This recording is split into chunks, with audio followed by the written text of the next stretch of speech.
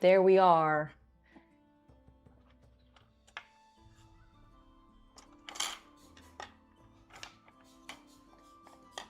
Okay, we're live. As you guys can see, we are trying to connect to Twitch and YouTube, so people can also see the chat from both channels, I guess.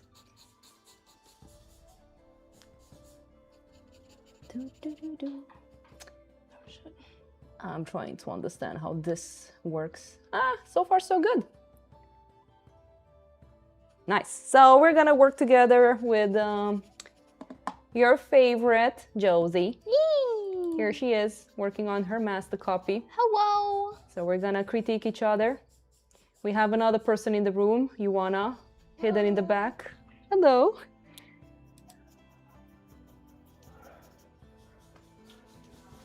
And we also have like some lectures going on in the back, so you guys might hear some people. So last time we basically finished the beginning of our drawing, basically the foundation, it's there.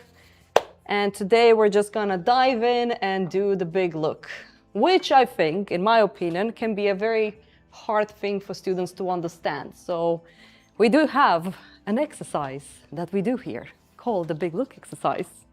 It's supposed to be done in one day, but we make choices to just, you know, I want more days until you get it. I'm just gonna close the door. We're also in the model room, if people are wondering. There we are. So get your sketchbook, get your questions going. We're gonna work for the next 10-20 minutes.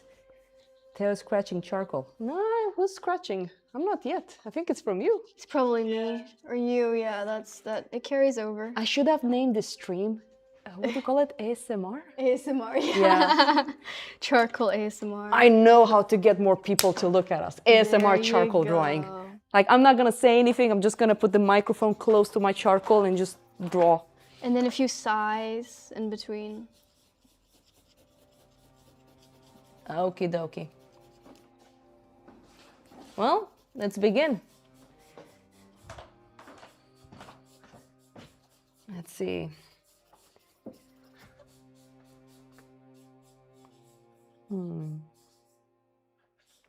So my cast doesn't have anything, like pure blacks doesn't exist on this cast because I can't switch off the light in the mall room. He's quite lit. The shadows, they have so much reflective light on them. I should have put like a black fabric underneath it, but you know, professional. So when I go for the big look, I try to understand something called value scale. So I need to find my so-called darkest dark and my brightest bright on the value scale. So I don't want to draw it on my drawing, but let's see if you guys can see it. Yes, you can. So over here in the corner, I will just do something like this. And I think you guys can see it in the screen. So of course you have your darkest dark, basically your charcoal. Let's say that in digital format, this will not even be 100% dark. It's around, let's say, 85, close to 90 maybe. And then we will have the whitest white. So I need to figure out the extremities of light and shadow and basically find the other values in between. That's basically what the big look is all about. I mean, of course, you have light, shadow, halftones, reflective light, rendering. It's all of that, but we just need to work with the whole and just figure out the effect of light. So I'm gonna look at him and I'm gonna add some marks. I can also pick how white I want to do this cast, but since it's so bright, I might need to use contrast to be able to push it.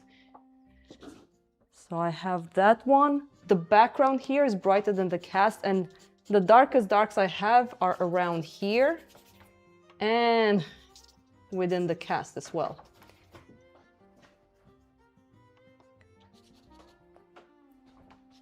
I will need to be able to do fast backgrounds. I think this will be great for Ioana. Yeah.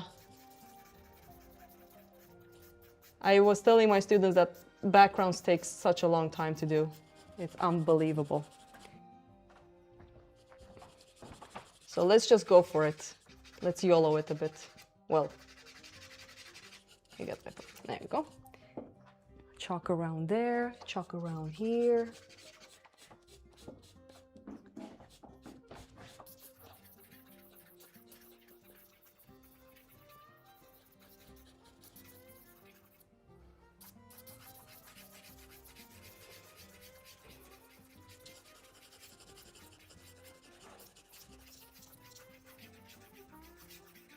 What's nice about tone paper, you already have your middle value.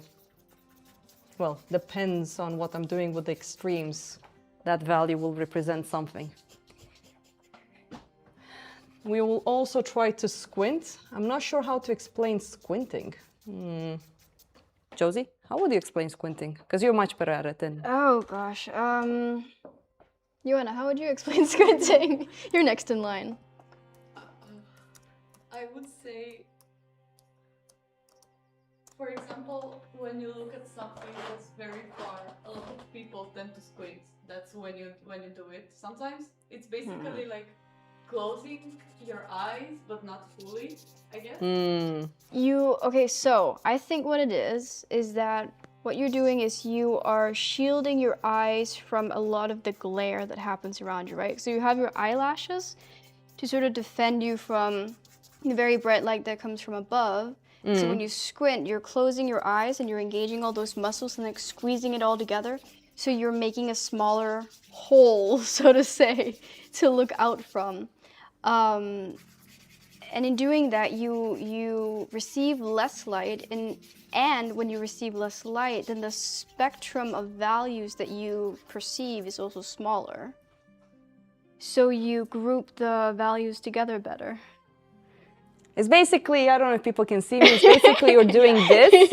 So when you're like doing this, there's less light protruding into your eyes, obviously, but you're compressing the values. So squinting is a good tool to do when you want to simplify the visual information in front of you, and also try to see how shade and light works, how shadows and light works. Because right now what's important for us to do at the big look stage is try to simplify those two entities and kind of convey using, let's say, more of a no tan effect, the separation between light and shadow. Of course, as soon as we find those, let's say, no tan two values effect, it's such a fast stage in the life of a drawing. I will instantly go for soft edges, halftones, and halftones are basically small percentages of how the form turns. But right now, let's keep it simple and see how we're gonna separate the two entities by doing this, okay? Cool. I hope I don't look like an idiot, but hey, professional. Closing your eyes to average the value so it's slightly blurry and it is easier to identify the light-shadow split. Nicoling's 1. Yeah. That's one way of explaining it. I just love doing it because it does that. And then I find ways to simplify, not over-model. It really helps with this over-modeling thing as well. Oh my God, I'm gonna use so much charcoal. What's over-modeling then? Well, this is something I talk a lot with my colleagues. Like, when is it over-model?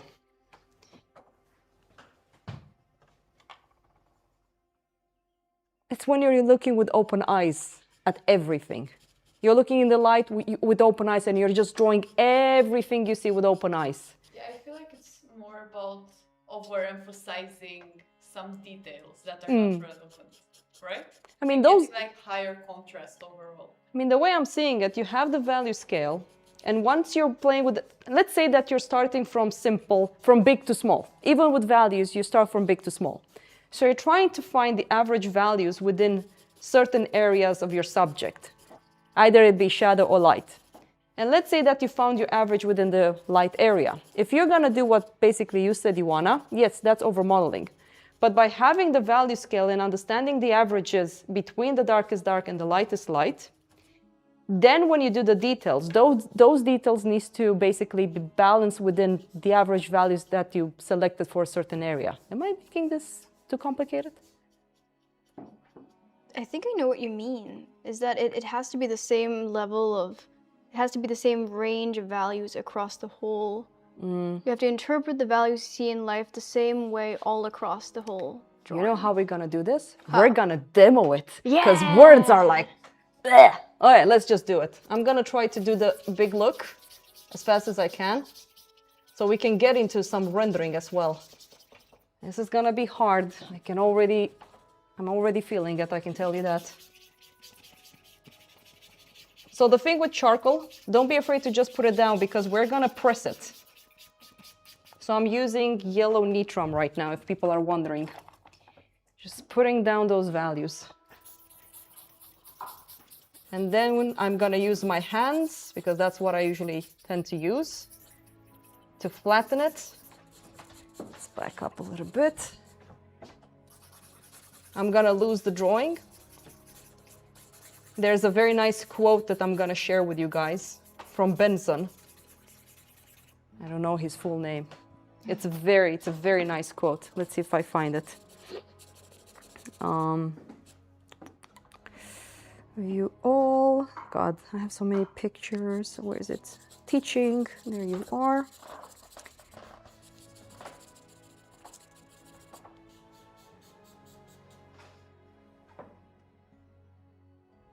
Okay, so Benson, I don't know his full name.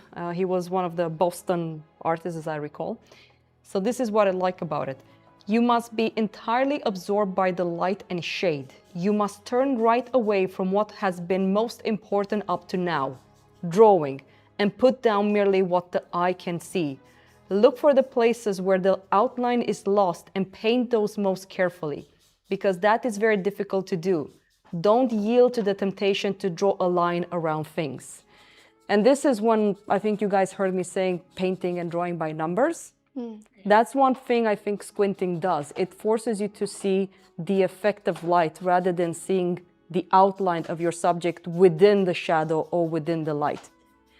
It's the effect. And that's very abstract. It can be quite subjective. Yes, we're using nitram, Sedi. Don't be mean. It's an okay material. I'm not the biggest fan of nitram, but my favorite charcoal, Grumbachen, they basically discontinued their hard charcoal, and that made me very sad.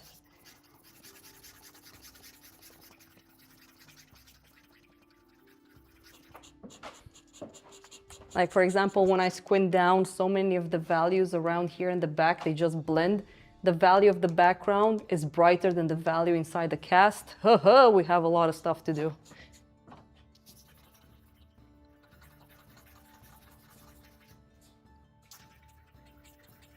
But I have a mantra. When I have to lose my drawing for the sake of the effect, I've done it before, I can do it again.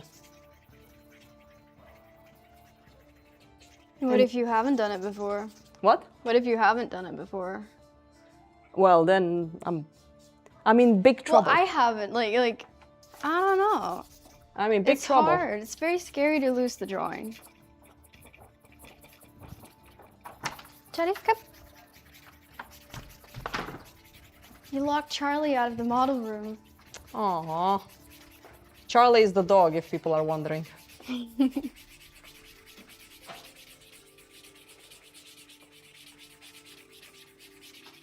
I always tell people to do backgrounds a bit cleaner than me, but since I'm pressured by time, I'm just YOLOing this.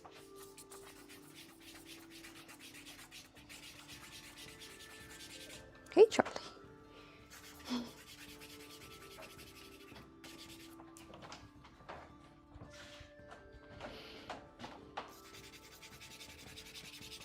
I don't know, it's just a big fear I know of mine and also a lot of other students about losing the drawing, because it's so easy to do and you might trick yourself into thinking you're safe, you know, when you get into the big look. Yeah, I think that's the hardest thing to grow from. How should I put it in words? It's not like you're not drawing anymore. It is there. Drawing will always be there. But if you want to paint, it's like Benzon said, in a way, you have to let it go. Yeah. And draw while painting. The borders of those masses, basically. That's what you're trying to control.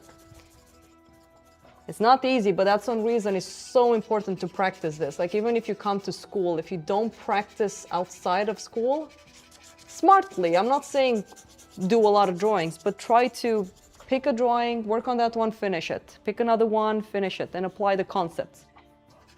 Because it's gonna become hard if you don't do it.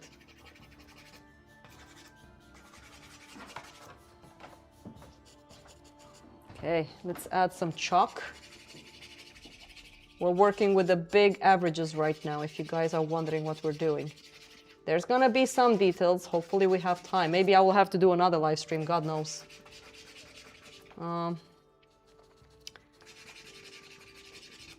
White here, let's see. It's like the light here and the light here are almost the same percentage. It's like the consistency of light is strong, but at the same time subtle. It starts losing intensity the lower it goes down the chest to the baseline.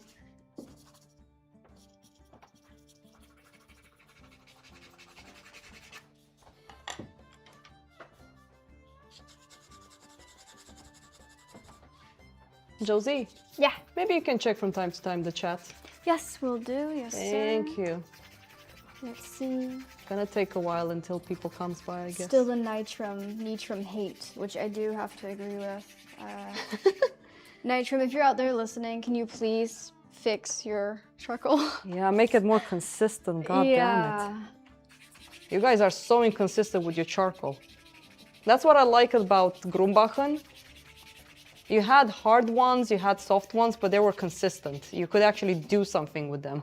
With Nitram, it's like, God, Jesus. I had a yellow one that wasn't very good as well. That was good? No, it wasn't good. Oh. Because you said the yellow ones are very consistent, and they are, but I did have one that felt like a red. Oh, for Like the it love felt, it of was God. very, very hard, but it was consistently hard all throughout. But that's kind of good. Was something coming out of it? No. It's not like there were bits in it that were harder than others. Mm-hmm. It was just all very hard.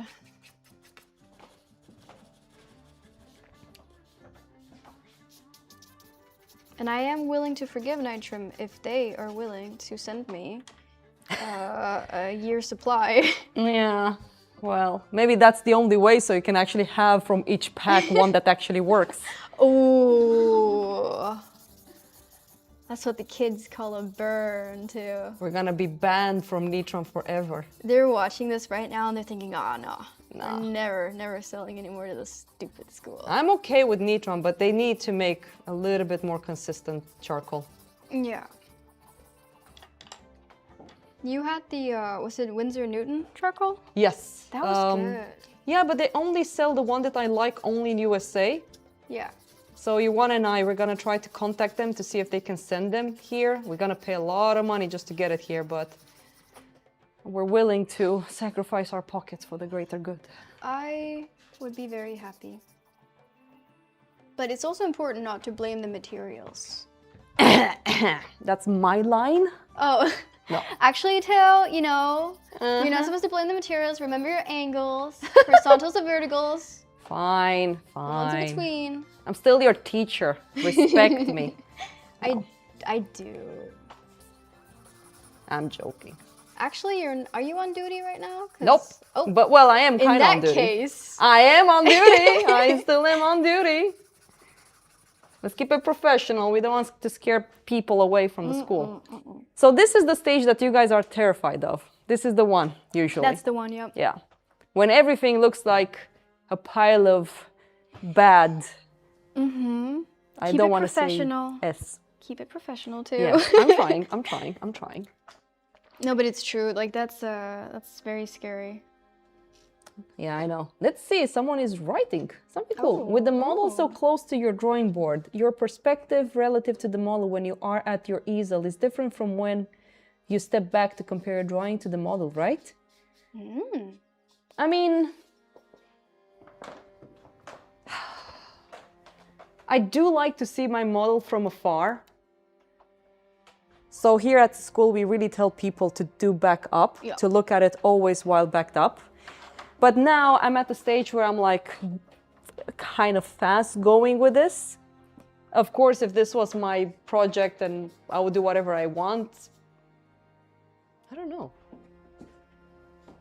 But it's also because you're looking more for the values Yeah. rather than the drawing now. Oh, if you were the person that's writing, Nicoling's one, last stream we did, I had to back up all the time when I was doing the drawing. Like Ioana said, I'm not really, I mean, I'm careful with the drawing, but I'm just looking for the values to kind of find the averages first.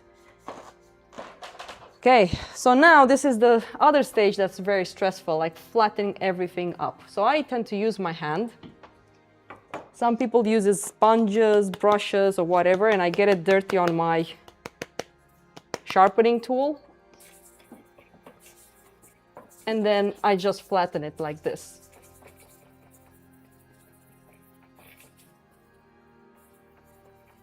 And this is very scary for people to do.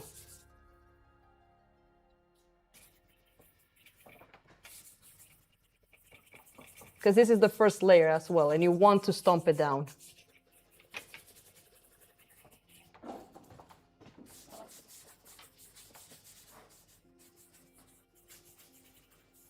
Losing my drawing, creating that effect.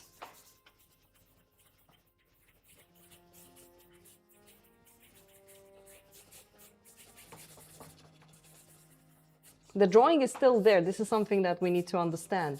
It's not like I'm losing it. It's still there. I will just have to find it again. And I will find it by using values rather than just lines.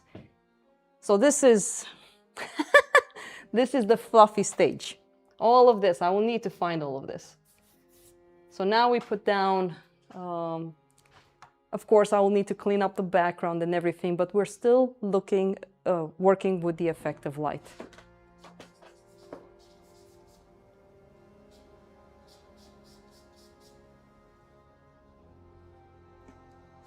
Oh, side size. Wait, I'm trying to practice the side size. Yeah. Oh my, maybe one day we need to do a stream about how we do comparative measurements.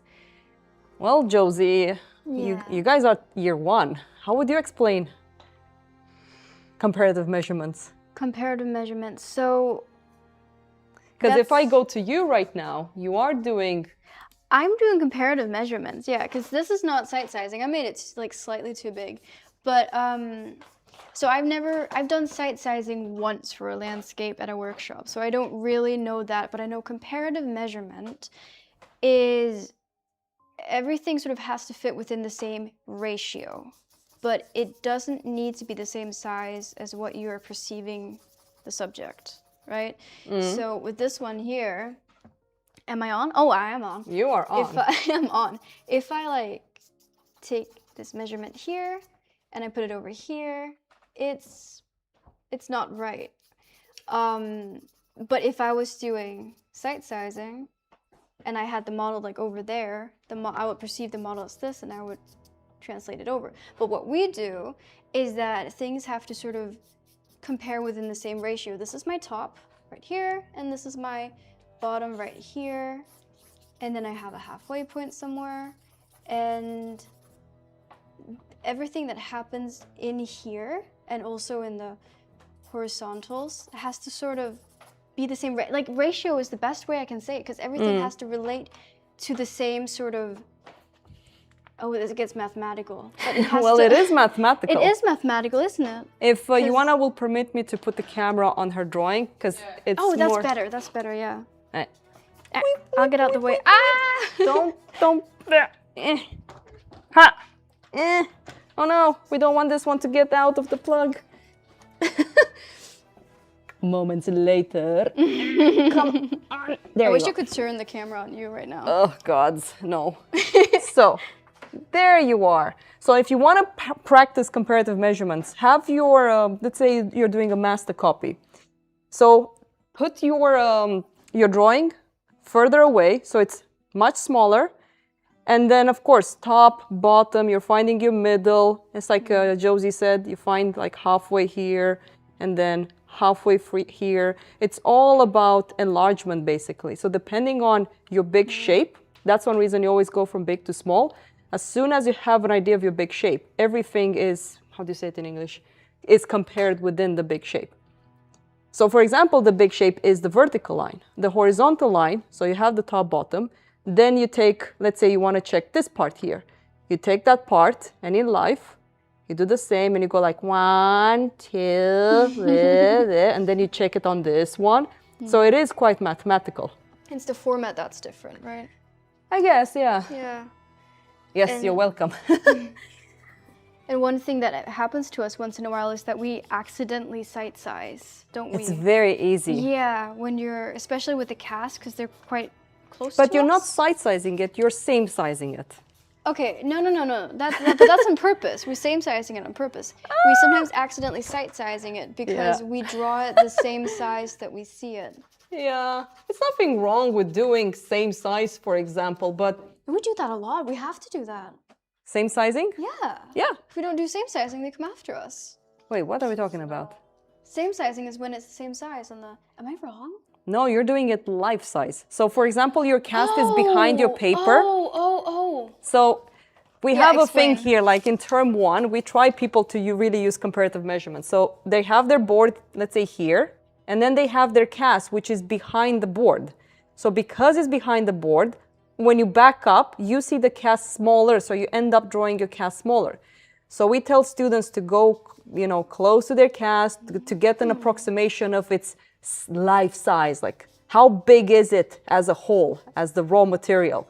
And then they go to their paper and go like, oh, it's this big, so my big proportion is this big, so I need to stay within those proportions. And then they are forced to work comparative measurements. Do you guys understand what I said? Because if your cast was exactly next to your board, you can do that same size. You're not sight sizing it. You're just drawing the shapes as you see it, because that's the life size. So what's the difference between sight sizing and same sizing? Sight size is a method where they have their, let's say they have their cast here, they back up, they need to always be in the same position, and they use like a plumb line. They oh my God. Okay. Like for example, I was never taught sight size method or anything. I can draw a figure in whatever position I want without problems.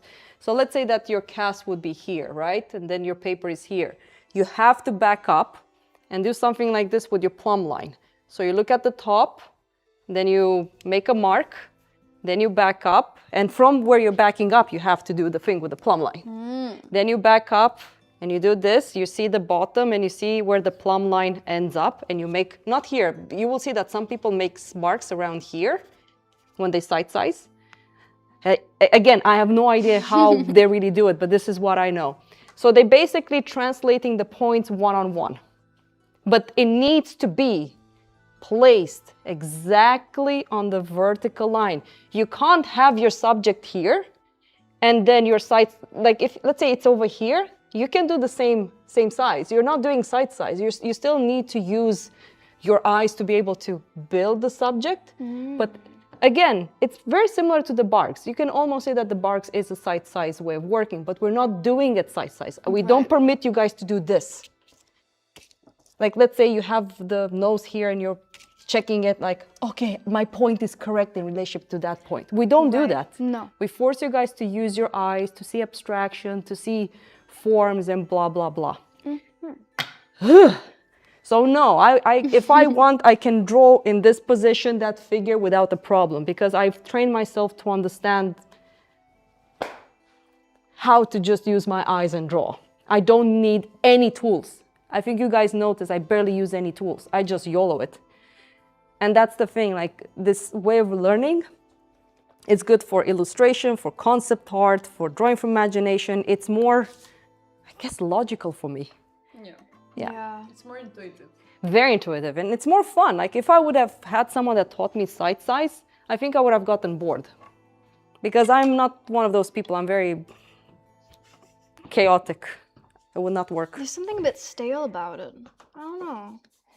It's nothing wrong with it. It is an easy thing to teach, by the way, in my opinion. yeah. It's quite straightforward, and it's nothing wrong with starting with that way of teaching students, like we do it with the bargs. But again, we don't do the plumb lining in that way.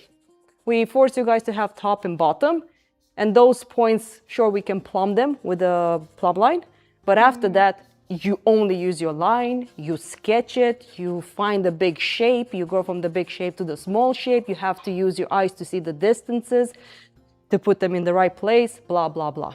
Yeah. Should I keep the camera on Ioana? Yeah. I don't know. So I'm doing a big look as well.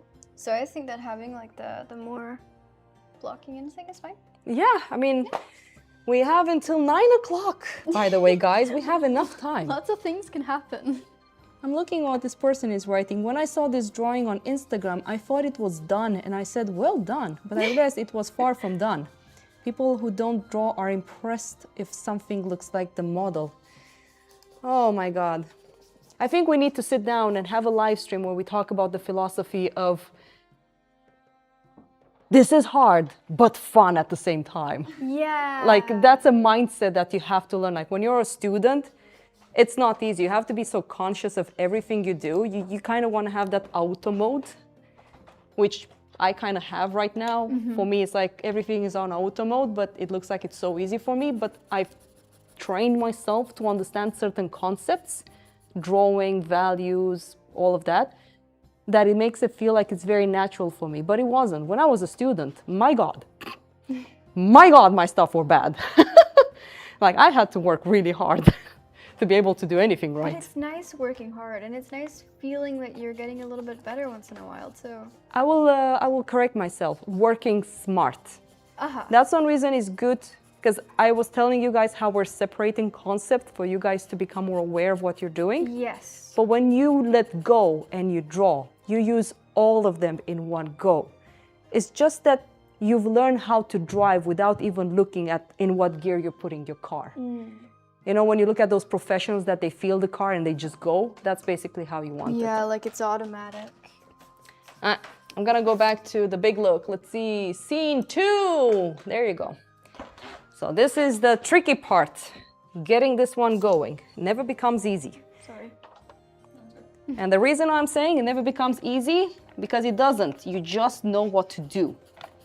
So it's always hard, but you know what you need to do. So when I hear students going like, this is so hard, it's not easy. No, it's not. You're just learning how to deal with it. All right, cool. Oh yeah, we will need to talk a little bit about the summer workshops we're having, the deadline application for our school. So let's just work for 10 more minutes, and then we're gonna sit down and talk and take everyone's questions. So I hope people that are watching the streams are also drawing right now. You can't just look at me stressing my brains out over here. I want people to also draw. All right, let's use more chalk. So you see, like right now, I am backing up because I need to see the average.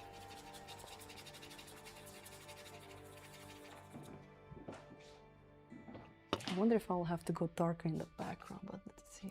We've had a lot of discussions about the averages, haven't we, over the last few weeks? Oof. Yes, my average lifespan has dropped to halfway through with all the stress I've been doing, like with you people. I know.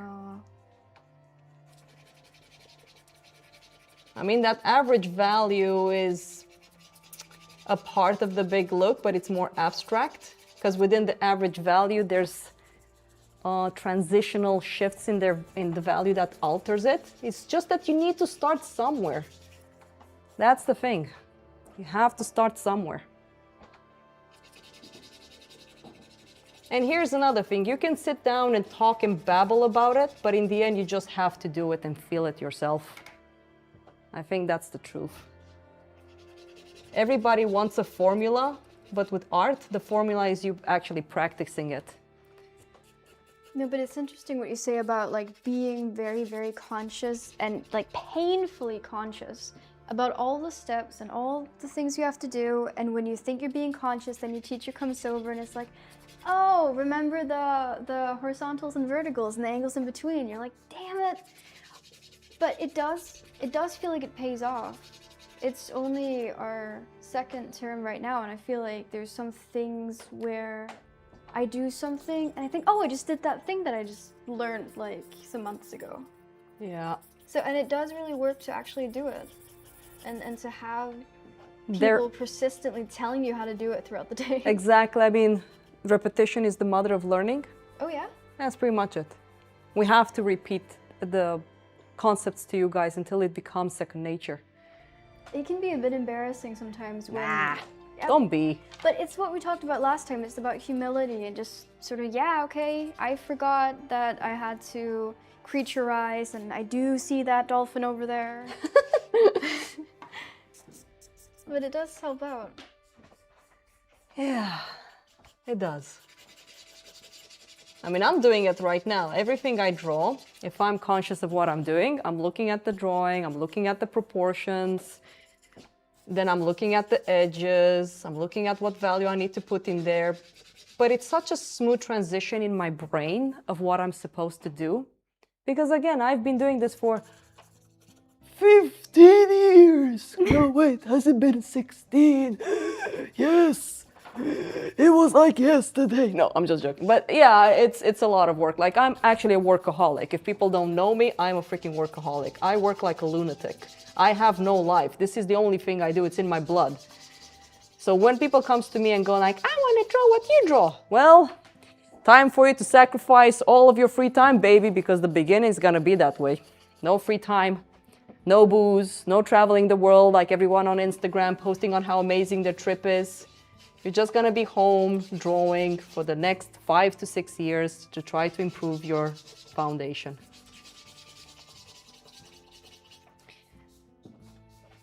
But are you happy? Huh? Are you happy? I was miserable as well. I can't deny that. But the trip where I am right now, when I see what I can do, man, it's so satisfying. Yeah. Like when I drew Gunnar. Yeah. And I was in the model room going like, oh my God, I'm actually doing this. It looks like what I wanted 10 years ago. Aww. Yeah, I was so happy. Because it is a journey. You can't expect to learn these crafts in just 3 years. You're getting some tools to be able to keep working on improving yourself. And that's the goal of every school, in my opinion, to give tools for the forever student. Because that's what you are. You will never, in my opinion, it sounds very negative, but you will never be the artist. You will be the forever student. Let's see what else people are writing in here. Love those streams. Thanks so much for doing them and get a glimpse of what it's like to study at SARA. Thank you. Why is it called the big look? Is the drawing that you might lose or not lose by drawing the big look over it similar to the underpainting when painting? Then it's okay to lose it, right? Oh, this is torched. I think, I don't know, it's a definition, big look. I always talk about the big look like the effect of light. The big look is about the effect of light. And yes, you lose the drawing because the effect of light takes away certain edges from your cast that blends with the shadow behind him. Like, for example, if you look at the cast, there's so many shapes here and here. Don't get me started with this part here that blends with the background when I squint down. And that's the effect of light. You don't want to draw everything you see because then things just becomes flat. It becomes lifeless. They don't have the form that you see things first time you look at them. Because that's the problem. When you're spending so much time looking at the drawing, you start seeing the smallest little crack. And that's the part you need to be careful when you draw it. Is it really necessary? How much do I see it in relationship to the effect? Because if you don't see it as much, like let's say when you squint down, then don't do it as strong as you see it with open eyes. There's certain choices, and the choices has to do with this, with your value scale. Depending on how you're expanding it or simplifying it, those details, those edges that are lost within certain shades it has to relate to the whole, to the big look / effect of light. I hope I answer your question, Torst. The goal is like to get a summary of the values. Yeah. And they always, what those darn teachers always tell us is that when you get into, when you go into the room and you just went in and you know your eyes are adjusting to it, the big look should look like it's finished, basically. Yes. So in the first impression, everything should be right. Mm. And Yeah. then after that, you know, then you go in and make it look right when you're actually looking and studying at the picture. That's the reason I believe master copies are the best, because they're already making those decisions for you. Yeah. Like, for example, what you're doing right now, Josie. Let's say that when you're rendering this one, this value with this value, when you blur your vision, that's what I do. When I do master copies, I kind of blur a little bit just to see the value transition in here. Maybe I need to put the camera on you while I'm critiquing you. Maybe you should. Okay, everyone, I'm gonna critique Josie live for everyone. I'm gonna needs critique it. her life, everything she does as a human being, Yeah. what I approve and I disapprove of. What do you think of my outfit today? It's very cute. Oh, okay, thank you. I mean, it's black. That's how it's yeah. supposed to be. Okay, you heard it here first, folks. Scene 2, let's go. Oh, that's cute. You got the. Very professional, right? Oh, yeah. So for example, this is a very good master copy, and what I like about this one is the way this artist simplifies. Definitely a lot of students will put this value here as pitch black, the crease of the mouth here pitch black, my god. But what I like about master copies is the decisions they made within. It's quite subjective, but I believe if you look at the face and you squint down, you will see the lips almost in a blur. And that's, I believe, the effect of light. You see it in Sargent. When you look at paintings like Sargent, or even the old masters, the lips tends to be more softer. People that works too much from photography, they tend to make them too sharp. But again, if I squint at you, for example, everything gets so much more softer. That doesn't mean that your drawing will look like a blur, don't get me wrong. But the blurring effect, the squinting effect, will give you an idea of how you can create that effect of light. So for example, here when I look, this value with this value, try to see it as a whole. It's much more together. Because here's another problem with master copies, mostly when you're doing black and white. You can't translate the value 100% with the value you see here. So if I will take this one in Photoshop, for me to make it work, I will have to play with contrast. So you're still working with contrast. Do you understand what I mean? Oh, yeah. Because if I will take this one in black and white, everything will be too gray and flat. So we need to embrace a little bit the idea of contrast. So like I said, it's not 100% copying the values. You have to find ways to create the effect based off the values of this one. Comparative, or whatever you want to call it. You have to unify a lot, don't you? Yeah. Yeah. Like here, if you want to show a little bit of the structure here, you will have to go darker. The hair, darker. Like I barely see any lines over there. It's just It's one easy to big get mess. distracted. I think that's why it's called the big look as well, because you should not get distracted by details. Yeah, I mean, the details are within the big shape. If you Yeah. get the big shape in right, the details will appear. It's inevitable. Is it a lot like painting? Like we talked about the difference between masses and lines. and Girl, I'm a painting line. right now. Yeah, right? This is painting. So yes, I agree with what you're saying. This is absolutely painting.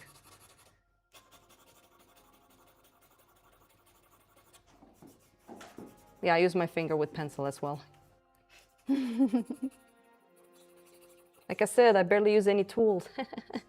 So professional.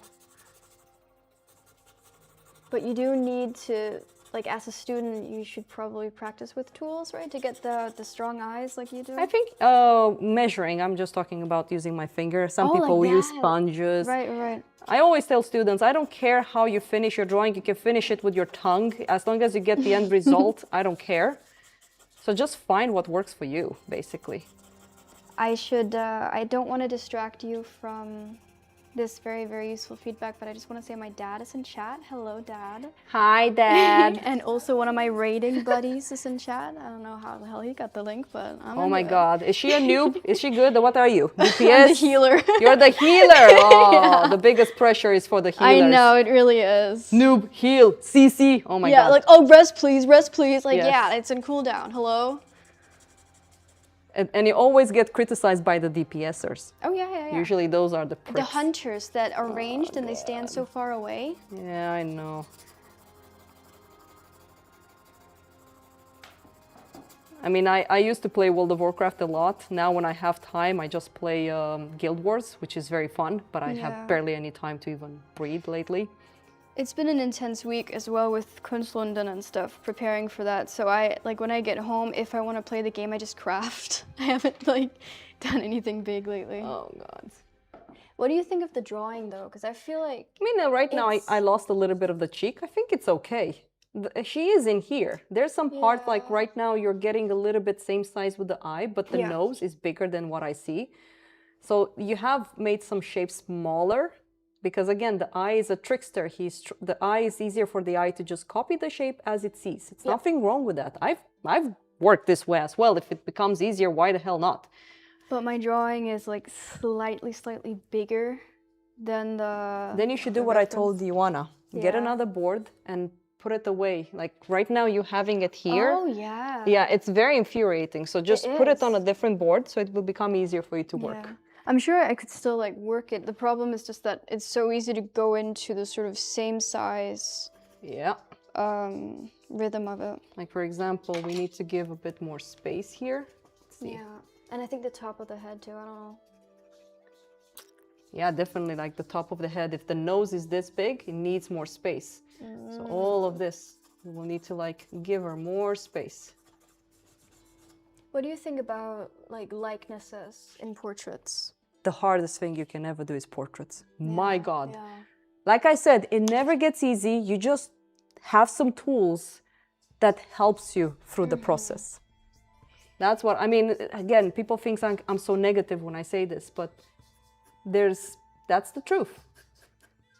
Are you It's fun. having fun when it's hard? Yes. Oh, you know how I said my dad was in the chat? He actually asked a question. I just said hi. Oh, he did? What's the question? When you draw something purely from imagination, do you have the picture in your mind or do you construct it as you go?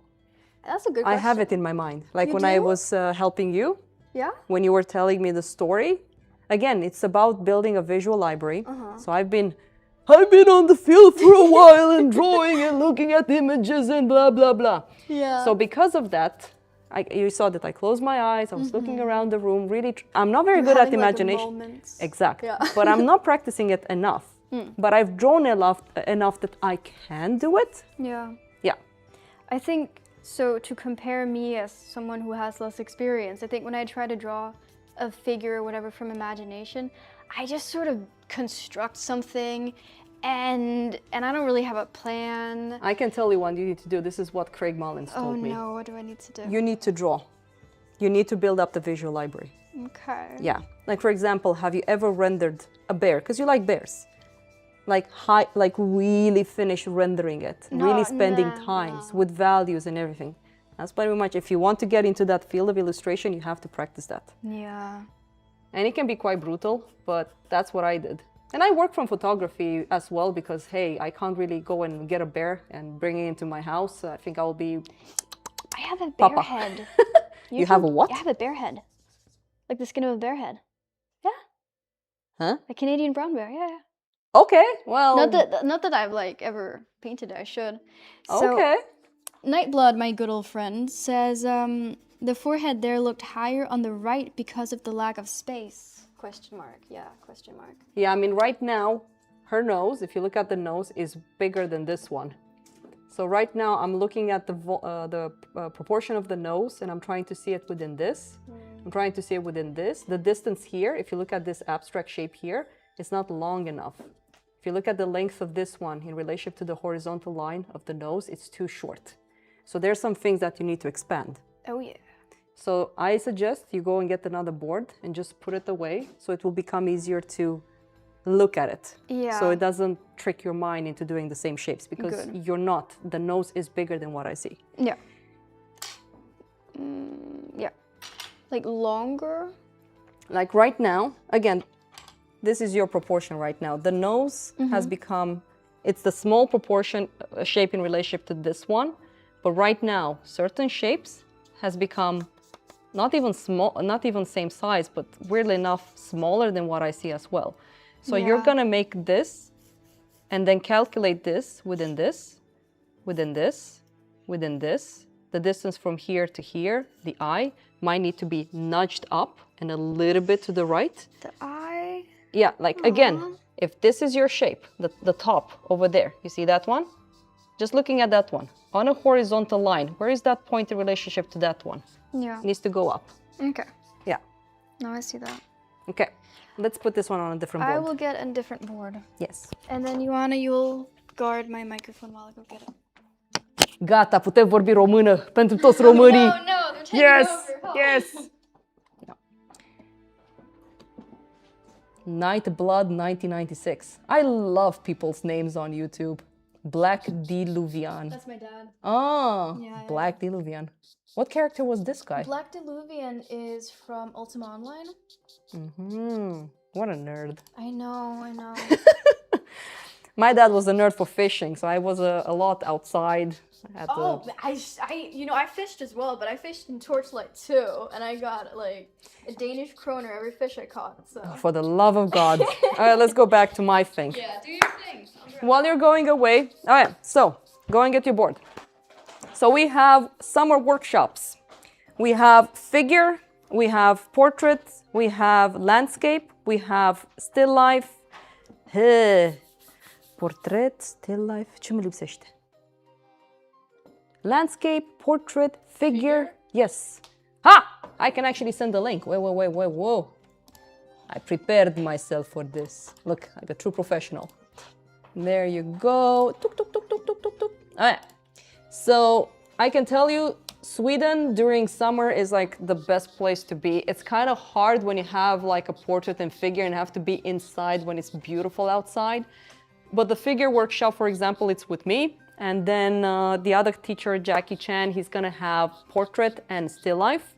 Then we have Tom Roberts, which is he was my student, and if it wasn't for that guy, I would never get into landscapes. Like literally, that's the guy that got me into landscapes. Thank you, Tom. And I think that's pretty much it. But you guys can check if you're interested in coming to the school to see the environment, to talk with the teachers, and just getting an idea of our school. What I like about SARA, the way we teach, we're quite hands-on. We work with the students. At least this is what I believe in. It's a visual language, so it's important to actually show students physically how things can be done, because words can be quite abstract and it might not give much to a student, let's say, that's blocked. They don't know how to get out of a situation. That's when I think it's important for the teacher to show them how to do it. What else? Yeah. Do you guys have any questions for me until Josie comes back so I can get back into my drawing? Ioana, do you have any questions? No. Nimic? Găsești și tu ceva. Orice. Maybe tell us more about what you're doing now on the cast, because I remember we were talking about it, and basically you told me that during the big look you do this thing that's called spotting. Oh, I did it at the beginning, but I'm still gonna do it now. So when I look at the cast, you can actually come and you can see what I mean. There's no dark values, like pitch black. There's nothing pitch black. So I'm gonna figure out, I guess the reason why I'm not spotting it in that way is because I don't have pure black. So I'm spotting it using big averages like what I'm doing here. And then my goal is to add as much chalk as possible because it's such a lit cast. Yeah. And once I have the big averages of light and shadow, I might start spotting it again. And I think I will start with the core shadow just so I can expand my value scale a little bit more. So you see what I mean? Sometimes the tactic can change depending on your subject. Yeah. But when I started this cast, yes, I had some darks over here, some lights over here. I don't know if you saw it, but I did put some chalk down. Yeah. Yeah. What other questions do you have? It's okay if you have nothing. We can just shut up and draw. Let's see if the chat has any questions. No, they're just listening to us. You know what? Let's just draw. I'm gonna keep drawing. Let's see. Keep adding chalk.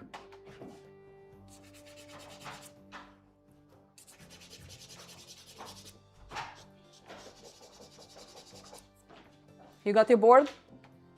There are some marks here. I put it out here and I forgot to take it in.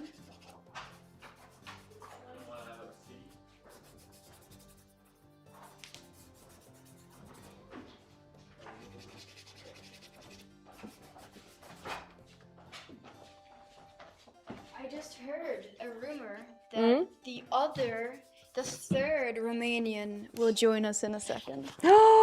My brother! Yes. He will be right here. I mean, he had to be at the lecture with Hans. Oh gosh.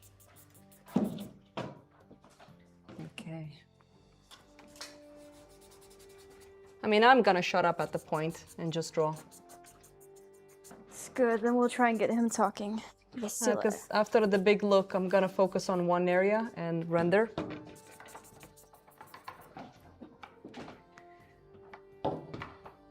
Did you mention the workshops? Yes. Well, then did. I should mention that I started at SARA because I went to one of the workshops. Yeah, that's true. I forgot. I mean, I haven't forgotten, but you can actually tell them. It was very interesting. It's a very good, I would say apply to SARA, start next semester, do it now if you're thinking about it. But I went to a summer workshop. I did portrait painting with a little known teacher named Theodora Capat. Yes. I heard that she's an amazing artist. Very she's good, so yes. good. She's so good. And I can move this. And I thought, you know, this will be fun, this will be chill, this will be comfy. And then I went there and I was called out for my caffeine addiction. Oh, that's true, actually. It's true. I drank like 5 cups of coffee in a day, and Theo was like, yeah, don't do that, your hands are shaking. I was humbled. I realized how difficult accuracy actually is, because I had only studied before with Russians. And while they're very, very fantastic artists, and I do really love the Russian style, they don't stress accuracy as much, especially the school I went to. So I was very humbled by that, and it felt so good because I felt so bad, you know, like I felt like there was so much more room to grow here, if that makes sense. And it was just a really nice experience, and everyone was so nice. Well, it depends. No, I'm just joking. You were so nice too. Was I? Okay, because You usually were people tells me lovely. I'm very... What's the word that Matthew used for me? Care-i cuvântul? Oh, we have a very important question, sorry. I forgot the word. Can I get an admission now? At SARA, can I get admission in SARA now? Or admission are done now, seat are not available. They're asking if we are taking in. Oh my god, this is from Twitch. Hello, Twitch. Finally, we got some people on Twitch. Awesome. You can actually call the school as well. We are available for you on the phone. You can email us. The deadline for the admission to come to school, to start the semester in fall is 17th of April. So if you have any question, you can call regarding how it works and all of that stuff. But the deadline for the application for the fall semester is on the 17th of April.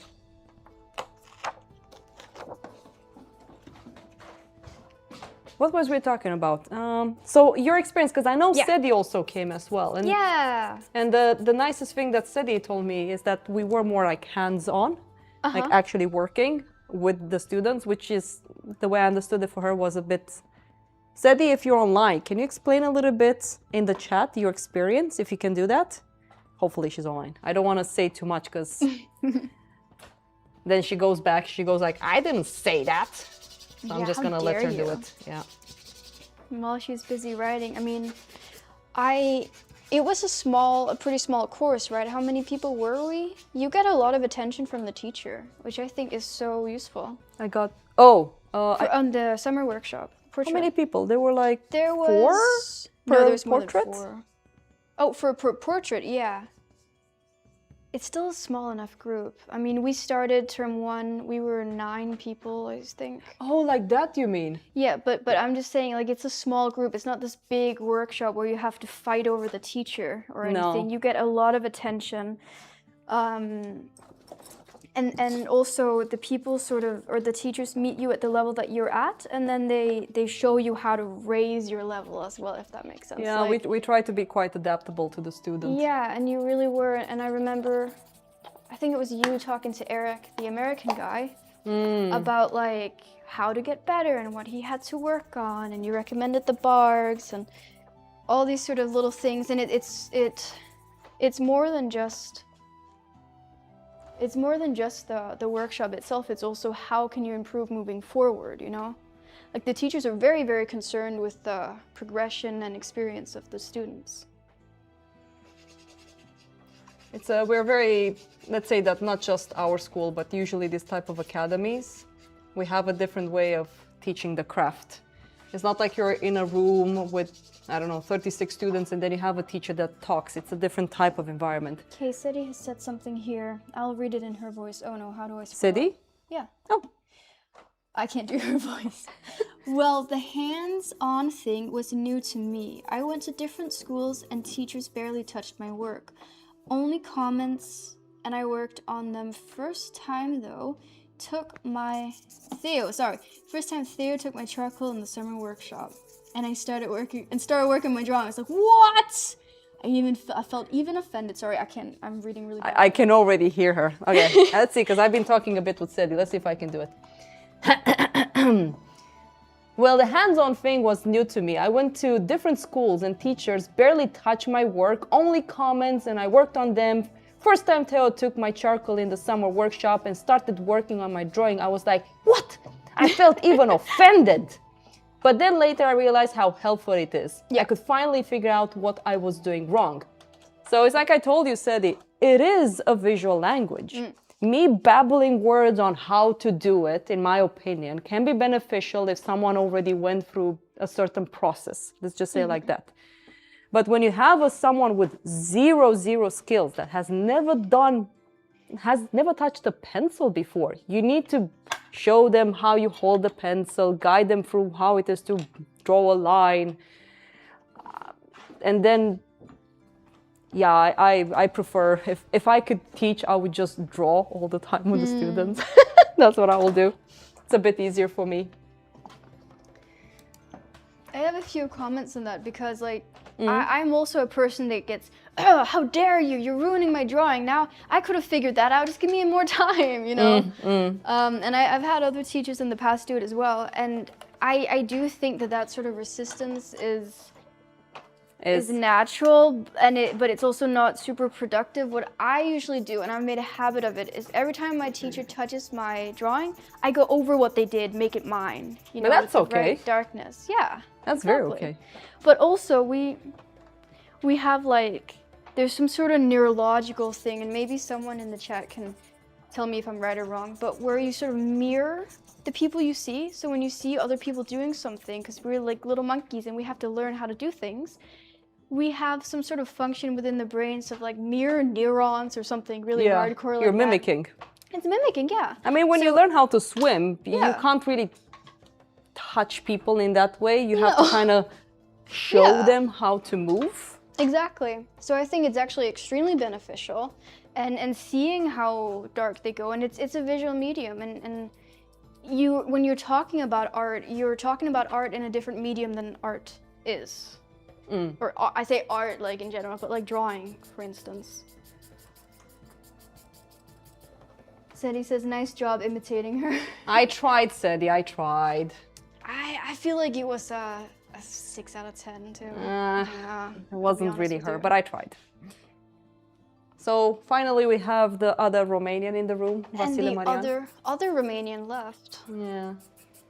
I came to Sweden to get rid of you people, and here I am, surrounded again by all of you people. I'm just joking. All those darned Romanians. How was the workshop? Well, the workshop, Very good. Yeah? Nice. Glad. Uh-oh, the nose is too long. That's not good. That's what you told me. Oh, okay, like that you mean. No, but I did just I thought that you measure it. made it too long. I made it way too long. And see, I didn't even notice that. And then also when you add the changes, when the teacher comes over and like adds the changes that you've been searching for, it does something to your brain. Like you're seeing how you were wrong. And so you have a habit of once in a while, and I like it when you do it, you take a picture of the drawing before, that you touch it, and then after, right? I think that's a good way of like showing students what has happened and how the improvement appeared. God, I can't think and draw. But yes, I think that's very good. And now I'm starting to do the iPad thing. Yeah, that's really useful too. I like that. Because then you see what you have to do and you see the effect of doing it. And then you know what to do. And you know exactly how dark as well. Because you don't always want to touch a student's drawing, mostly when they understood certain concepts.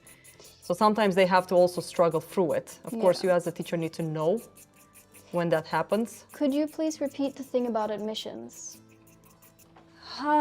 Admissions for the fall? Yeah. Can you please explain my question again? Because I wasn't able to listen to you due to some internet loss.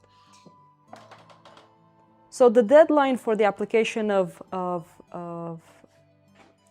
fall 2026 is on the 17th of April. So basically, if you go on our site, God, there's an application form over there.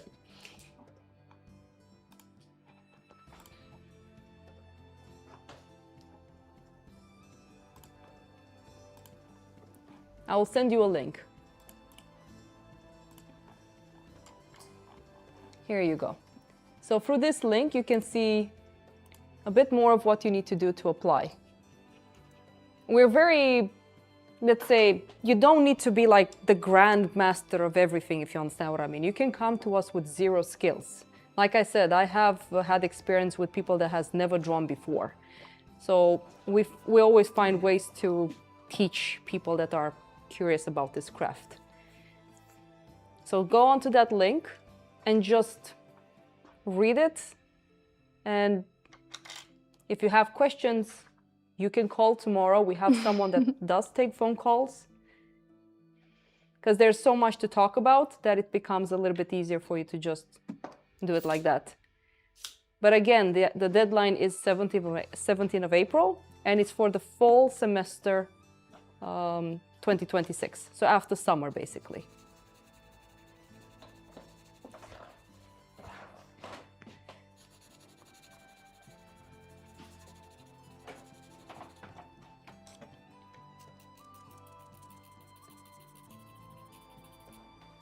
Vasile, the Winston Newtons are very good, by the way. Yeah, I know. I tried them already on the sphere. They're a little bit on the softer side than Grubachen, but you can work with them. That's what I like.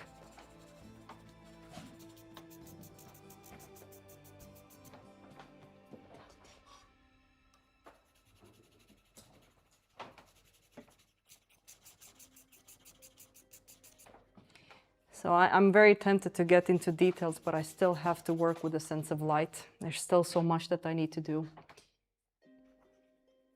By the way, one of these casts, like this cast do take time. I'm not really expecting students to do this in 6 hours. I mean, even for me, this is very challenging to do it in 6 hours. No. So this is a cast that does take time. We've done, on our casts that we're doing, the masks, it's been 6 weeks of doing it every morning, and most of us are only just through the big look, but we did spend a bit longer on the big look. Yeah. Yeah, that was a decision I made, definitely. You guys needed it. And how dare you? I just want to get into rendering. Oh. Like rendering. No! Bad, Josie, bad. Ah. I used to like rendering, but You don't like rendering? It's very interesting how you changed regarding rendering, by the way. What do you think changed it? I don't see it as important anymore. Interesting. To be honest, I still don't see it as It's kind of important. like the easy part. Exactly. And Like, it's just a matter of time. Yeah, true. Very true. It's true because you say it. That's what I'm just parroting you. it's kind of like the more you get into the process, the more it will stand in the way. Okay, I can focus a little bit and you guys can talk. Here you go, Vasile. Seti is leaving. Bye. It was nice having you in the Who's stream. leaving? Seti. No! No. How dare you betray me? Still watch the rest of it offline. It's good.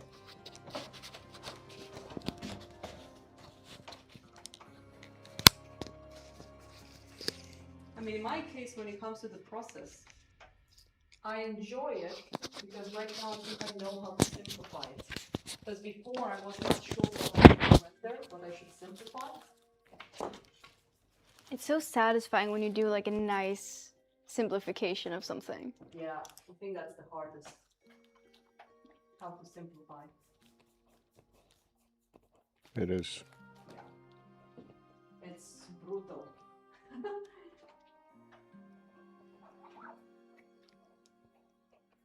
And I gotta. No, go on, please. No, I was looking at some works from the 1800s from, I can't really call them masters like that, because they were also learning. And they had a very interesting way of approaching cast drawing. It wasn't that much, like Marianne said, it wasn't about rendering, it was about getting a nice effect and a simplified stage of it. Yeah, I think they were focusing a lot more on edge variation than on rendering. And trying to convey form through different means than value. But isn't that all you need? Like, because I've seen some, like, I'm looking at Isabel's really, really nice figure. I'm just obsessed with it, where it's just lines. Apparently she spent like 6 weeks on it, but just with the line weight and the line control and the darknesses of the lines, you can convey like almost all the form that you need. So it is what's what makes a difference in the end. And it's the same, like the first several weeks of term 1, you don't have anything that you can really call finished, except for the tests in the beginning, because we're just learning to block in. We're really focusing on blocking in everything there is to know about blocking in. And then, you know, it wasn't until very, very late in first term that we had something that was, you could argue, rendered. I mean, it is true. At the beginning, it's more about the beginning. You don't really get that much like rendering. Yeah. And you can render at any stage. You can start rendering at any stage, but it's not going to be correct. And once you're in the rendering stage, you can't. Well, at least seeing it from the perspective of a student, it's very, very difficult to make any changes to the drawing underneath. Or what do you think, too? Or Vasile, you're on the mic, actually. Not sure. You can always make changes, in Yeah. my opinion. It depends on like how willing you are to do it. I think I was telling this to Luana. The best way for me to. And it's kind of like the less hesitant you are to change things, the more you learn and the faster you learn. Yeah. So it's like that hesitation is not really good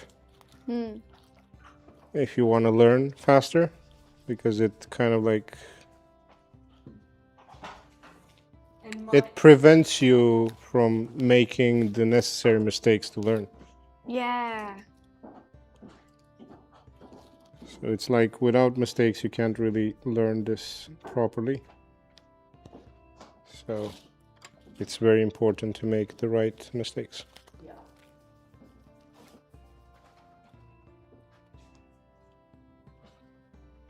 Also, just the way you do your lines in the beginning. I hear the teachers say this to a lot of people, and I know that it was true for me as well. That the looser your lines are, the easier they are to change. And there are some people that, and me included, I hope that I've moved away from that now a little bit, but you put down a line, it's a good line, and then you realize it's wrong. It's like, but it looks so solid, it looks so fine. But if you maintain the drawing being in like a loose stage, I had another teacher call it like a vibrating drawing. Like things are still, vibrating. The lines are like, they're moving around a lot. They're not settled anywhere. They're just sort of vibrating.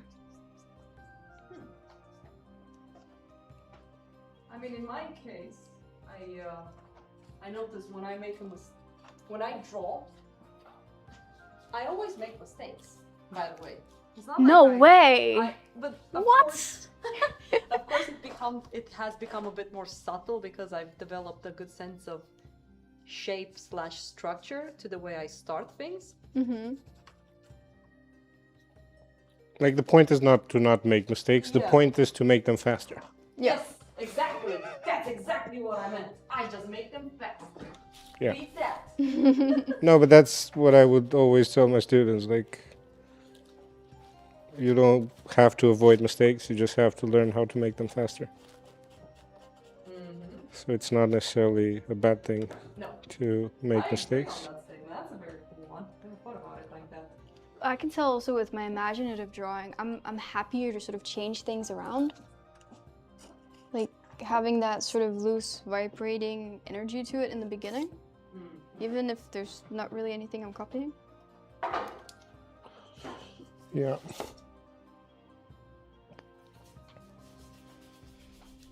We forgot about chat. Alright. Oh no. Make more mistakes. Yes, Sasha. We will. Oh, we will.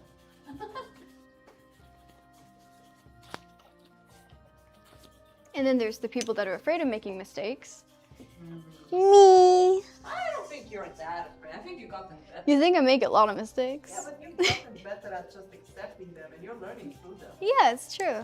It That's is. fine. I'm glad you say that.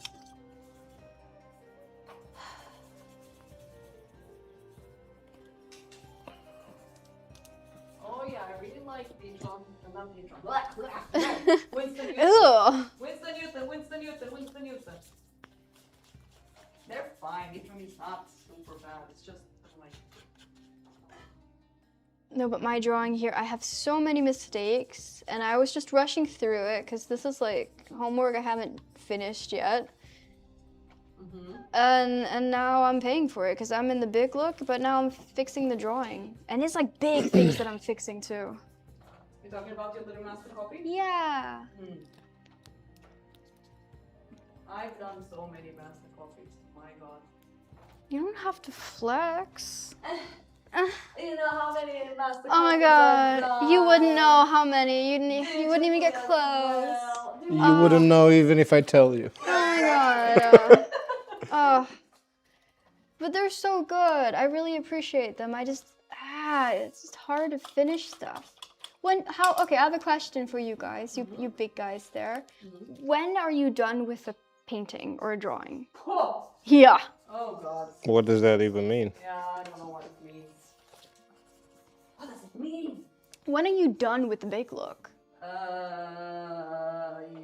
When are the you big done with look? the drawing? Come on. Chip chip. Oh Jesus, she has a point. Because I don't know what the hell I'm doing. I'm just doing stuff until a teacher comes over and is like, yeah, okay, now you can go to render. There is some ways of understanding when things are done. It's not really like that. But Yeah, but technically, you're never done. There's always more you can put in.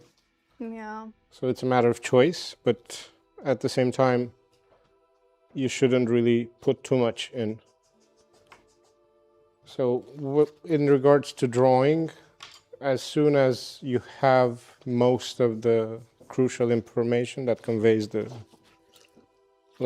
environment, I mean, it depends on what you're drawing, of course. If it's up to bark drawings, as soon as you have most of the angles, most of the shapes right, you're pretty much done with the drawing part.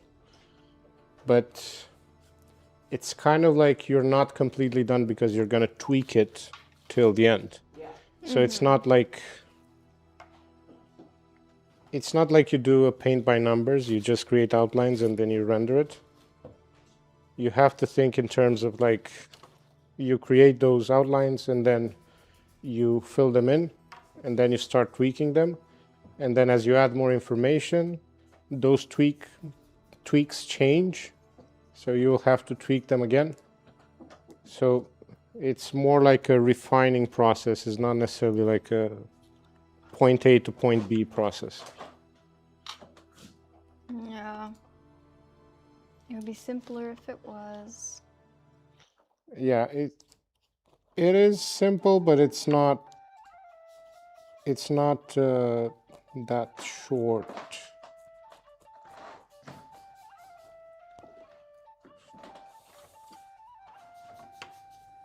I think when you're working from life, most of these things don't really apply the same way. Because when you're working from life, you have to make choices, regardless of I mean, mostly you don't what you really do. have that much time. Yeah, You have to be quite efficient. efficient when you do it. Yeah. When we do the pencil poses that we do, which is one afternoon, one pose, do it in pencil, whatever. This is this week, right? Yeah, we're doing this week. It's interesting because we only have a set amount of time before that pose is gone forever. The tape is taken off the podium. The model will come back, but will not do the same pose. So we do have a deadline for it, and it does change the way I draw anyway, that when I'm getting to the last 2 sessions, I'm like, okay, what information do I need to call it finished? What is missing? What's not up to standard? How do I want this to look when it's done? And that does kind of train you in the attitude of finishing something. Yeah. Yeah. But you can't do the same thing with a master copy because you're always gonna have the damn master copy laying around. I mean, you can if you time it. That's true, and I tried to do this with this. I tried to time this one, and then Theo came in and said, you have to darken this and the angles. That's exactly how I Yeah. Ew, I'm from Romania. In Romania we suffer. We do not We complain. suffer. And then they stole my shampoo. Hey, we don't talk about Sorry, that. that was sensitive. That was a That's low very blow. sensitive. Oh, oof, Don't get me oof, started with oof. that. Exactly. I'm not getting it. TMI. Tomorrow. That really got me angry. We're not gonna talk about it, not on the stream. Nobody needs to know. No. That's enough of the shampoo kerfuffle. But join SARA, apply today, and you might find out. About the shampoo. Yeah. That's true, because apparently you weren't even here when that happened. No. Here you are. You I know. Everyone knows about the shampoo incident. You hot gossip at SARA. You can be subject to this. Wow. Application deadline. I forgot what it was. but- 17th of April. 17th of April, application deadline. Come join us. Come learn how to draw.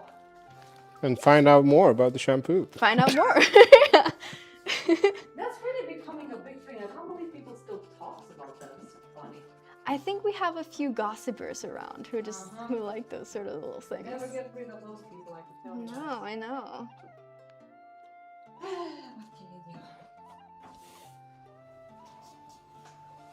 Can't do much about it. I heard you guys gossip about me in the last stream. I listened to it again. I went through some of the points of it. And when I left, you were like, oh yeah, Josie, actually, she left the lecture that one time and then Hans got all mad at her. Oh, really? We really did it? Yeah. It was really funny. I want to... for Oh, yeah. anyone- The- Yeah. And you're talking about... But Remember, actually. the story goes that there was a lecture. I forgot what it was about. No, it wasn't. Frames or something. Yeah. The frame. And Hans was like, should we take a break? And I said, yeah, make some tea, whatever.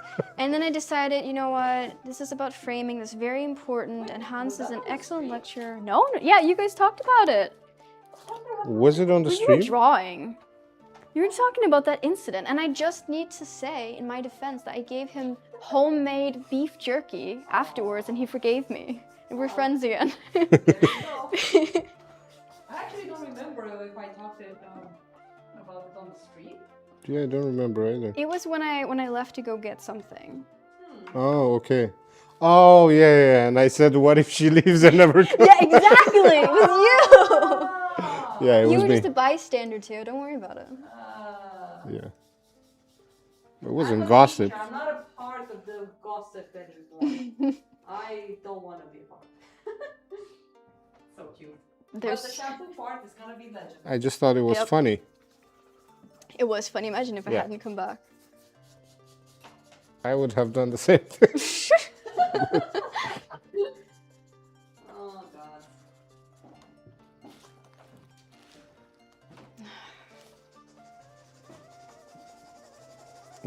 I was also like very tired that day, so it wasn't like.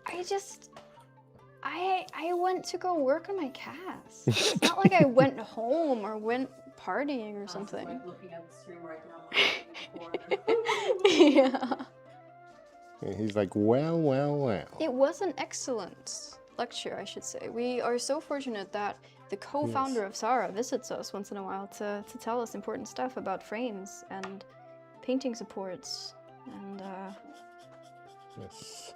and other supports Yes, exactly. and business.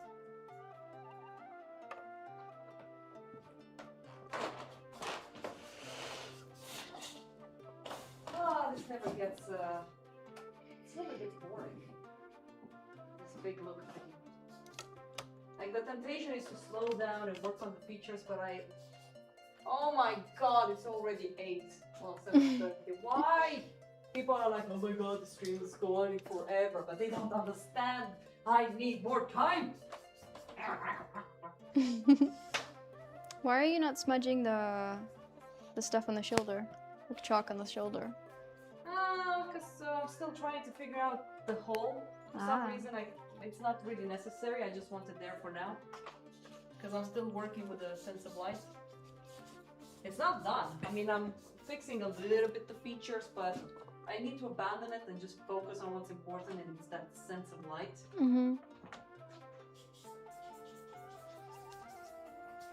I think this music is perfect for you, by the way.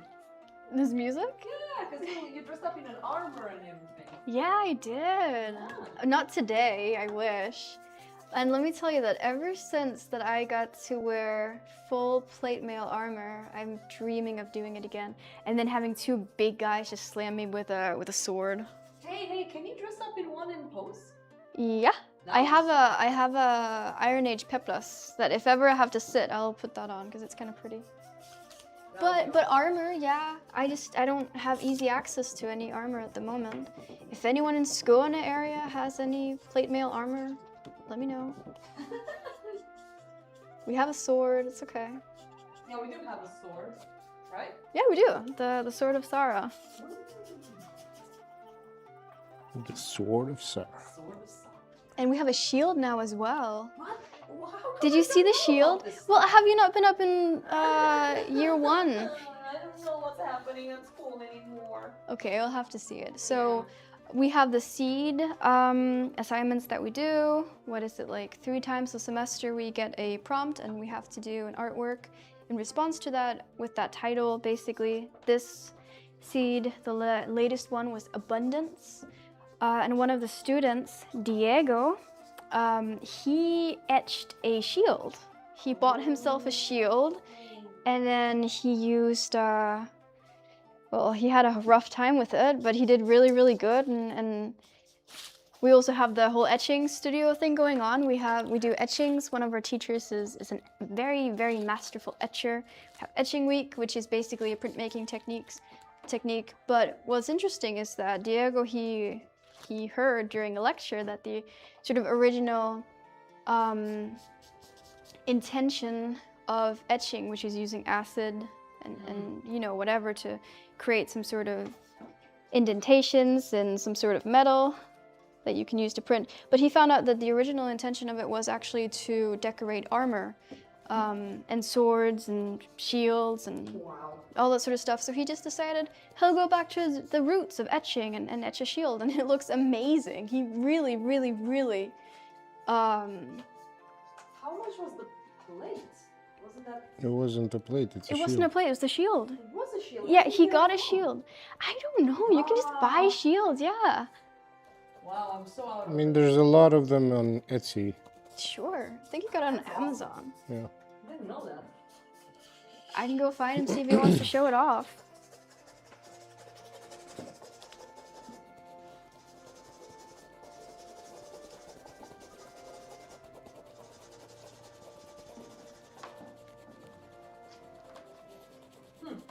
Did you guys talk about Konstrundan No. coming up? Haven't mentioned that. No, be my guest. Okay. Oh. So we are having an exhibition next week. It's a big celebration in the south of Sweden. Like, is it like a celebration or what is it? It's Yeah, like it's like an artistic thing. yeah, I'm not really 100% an art event An art event, yeah. Like it's so big. that It's happens because of all over Easter. Skåne Yeah. during Easter, and it's called Konstrundan. And that's where when most of these art-related venues have an open house. Galleries, private studios, schools, art schools, of course. And we are gonna have an open house as well. Well, I don't know if people can join us. You have to teleport yourself somehow here. Yeah, I mean, if there's anyone from around Sweden, they can join us. Maybe we should have like a little stream showing the artwork. Maybe some people want to buy online. We should. Yeah.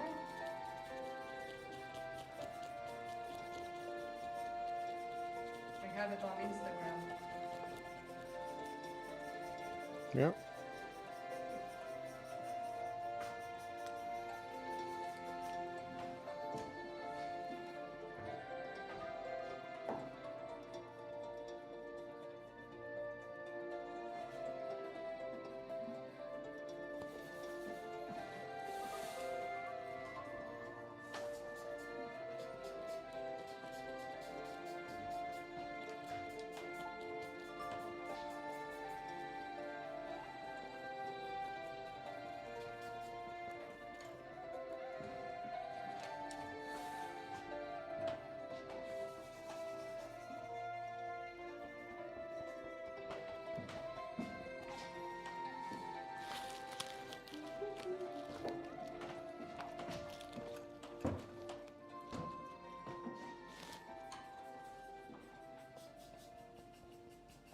Is anyone checking the chat? Chat. No, it was just torched. We have 10 people enjoying it. Okay. How is the Twitch going? I don't know how to check who is on who. Josie left, so I'm gonna put the microphone on. Oh, she's back. Okay. Guess what I got? What did you get? The shield. You got the shield? I got a shield. Permission. Don't worry. You got permission. We need to show the shield. Wait, I'm just moving out of the frame. Ta-da! There you go. Wow. There it is. I can't believe this. I didn't know it was Diego that did it because I saw it in the. There it is. Oh, it's me. Hi. Yes. Yep. That's the shield. That's a cool shield, yo. It's hard. My arm isn't big enough. There's like on the bottom here, all the nice little details. Yeah, you can see it in the screen. Oh, that's so cool. Right? Hmm. The sun, the moon, stars, everything. That's really cool. You can hide behind the shield if you. I just realized I hope we're not gonna be banned by this because we have a lot of nude stuff on the wall. Oh and- yeah, we're gonna get banned. Yeah. Oh well, what can you do? Sorry. It's worth it for the shield. Let's go on my email and see if we stopped this because. Well, Nightblood, Lord of the Rings. No, Lord of the Rings. Lord, where are you getting that? Where are you seeing? Nightblood, Lotro. Yeah, that's Lord of the Rings online. Oh, this is someone from you. Yeah, that's my rating buddy. Aww. He watches our streams too. Nice. Yeah. Well, let's hope we're not gonna get banned because of all the fine art nudity on the wall. You're For the so love of God. sensitive. Is it always this ambient music when you work, or do you have favorites that will be copyrighted if played? Please go into Ooh. like as much detail as possible because my dad really likes music. I'll be. Well, I mean, I love listening to Audible. I love listening to stories more than that. Because I notice when I listen to music, depending on the music that I listen to, it doesn't go well with what I work. If it's too intense, like, let's say soundtracks. Like the Witcher soundtrack. If I play that one, I will be like super high adrenaline run, and I'm like, okay, this doesn't work. So for me, ambient music, carbon-based life forms, solar field, just easy, what do you call it in English? Yeah, ambient music. I have the microphone. Wait, 1 second. There. So Josie's dad, you want to come for a workshop? Have you considered that? I think you will enjoy the figure. I don't know why. Because you play so many video games, it would be cool to be able to draw your character. Oh yeah, need to switch. Switch. Well, the big look is coming pretty well with this one.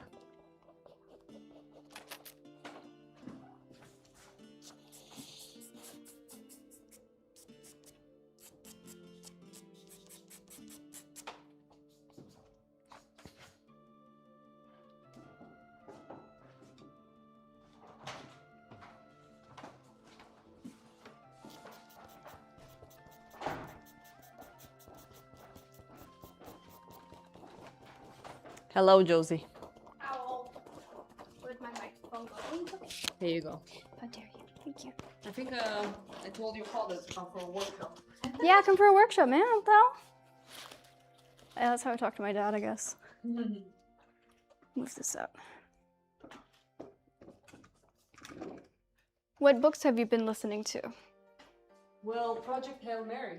Oh. The movie came out on the 20th. Yeah. No, 20th. Anyways. That's a very good book, Project Mhm. Hail Mary. I really suggest it's like narrated by Ray Portman. Ray Portman. I always forget his name. But he's a very good narrator. And then you have another one called We Are Legion, We Are Bob. That's another good one. Uh-huh. And then I have my Navy SEALs that I listen to. Navy Yes, it's SEALs. Like Tier 1 series by Andrew and Wilson, I think it's the name of the authors. And I really enjoy those ones. They're really fun. I have a bit of a romance attached to it, which is perfect for me. Oh, you love that, don't you? Of course I do. I'm a woman. Of course I love it. Was really happy with the week I spent as an innocent bystander. What is that? If my dad is an innocent bystander, are we malevolent perpetrators? Wait, what? I don't know. Well, when he was here for the summer workshop, he calls himself an innocent bystander, making us the perpetrators of something. We are not innocent. No. Oh, like that you mean? Oh, I think we're getting it because I think you talked about this last time on the stream and I was a bit confused. Oh yeah?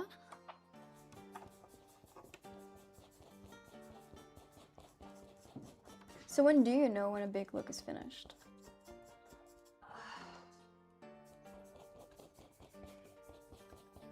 It just looks harmonious. It's hard to pinpoint it. I mean, right now, I don't really have the time to really go into high details or anything like that, so I'm just trying to get as much of a sense of look as I can. I think when you have like a good sense of light, Yeah. that's pretty much the end of the big look. Yeah.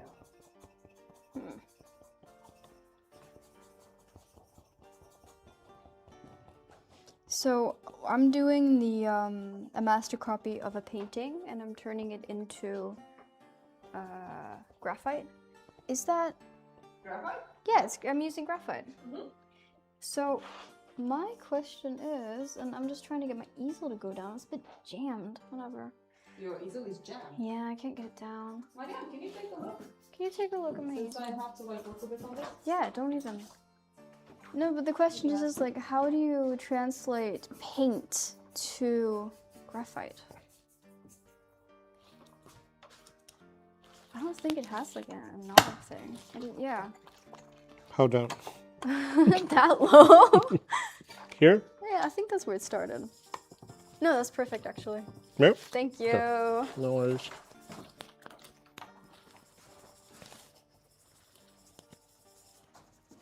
It's just because it's very different mediums. Like graphite I associate with hatching and very sort of hatching heavy.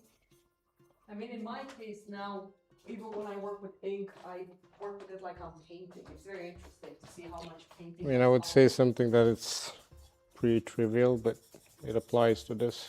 Do it. It's just shapes and values, man. Just That's shapes and sick. values. That, So if you think about it, it doesn't really matter what medium you're really trying to copy. You can do it in pencil, you can do it in whatever. Interesting. I mean, it is true. It is shapes and values. And of course, you have anatomy, you have structure, blah, blah, blah. But it is mostly shapes and values. Yeah. I think that's a very good answer. I mean, it's kind of difficult when the model is moving. Yeah. This is the argument that people have when it comes to photography. Like, oh, but you can just use photos. Look, nobody's really moving. Yeah, but the problem with photos are the edges. Yeah, you don't really have edges. It's not necessarily that you don't have them, but it's less room for interpreting them.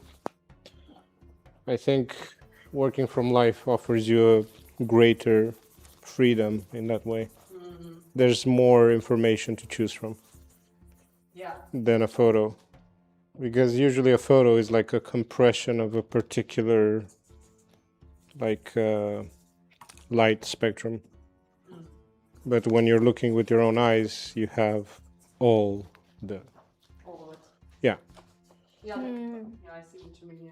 Because it's kind of like whenever you take a picture, it's like a certain exposure, and that kind of like defines the average value that you will have in that picture. But when you're looking with your own eyes, you see a lot more because your eyes are adapting to everywhere you look. So there's a lot more information to consider and to select from. I mean, photography also distorts the image depending on what camera you're using and what lens. Yeah, but And that's extremely annoying. technically speaking, our eyes distort as well. Yes, So but you make different it's choices not- when you work. yes, yes. It's kind of like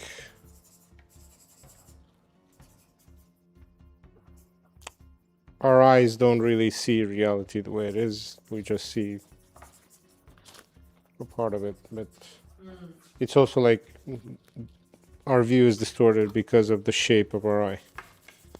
So the shape of our eye, it's kind of like a lens, you know? Yeah. So that will round up things and will change things. But it's usually more distorted if we're looking at something like very close to us, Yeah. and it gets less and less distorted as we move further away. So for example, the most distortion you would have from this distance here. Yeah, so that's the reason it's good to back up. Yes. Yeah. And you will still have some distortion no matter what, but it's not noticeable by you or anyone else. So. That's so interesting. It's wild. The whole idea of perception and how you understand the world, I guess. Yeah. It's fascinating. Fascinating indeed. Fascinating. This is what happens when you don't stop sharp like backgrounds, square backgrounds. There you go. Hey, it looks good. Ah, trying my hardest with the time I have. I was gonna say something very crass, but I'm just gonna keep it to, I think you could roll up a ball of paper and try to throw it in the trash can and miss the trash can, it's still being pressed. Lol. Lol. Thanks. Yeah. Because that doesn't invalidate all of your efforts, right? Mm-hmm. No. I mean, it is working. The big book is coming along. It's just so much that I have to focus on. See? And it's like I was telling you, Juana, just the background takes so much time. Flattening this background. What is it you say about doing backgrounds in the evenings? Hmm? You always say to do backgrounds in the evenings because it puts you to bed. Yeah. Because you just want to flatten it, so it's just a matter of time. That's something that you need to also accept as an artist, is that things does take time.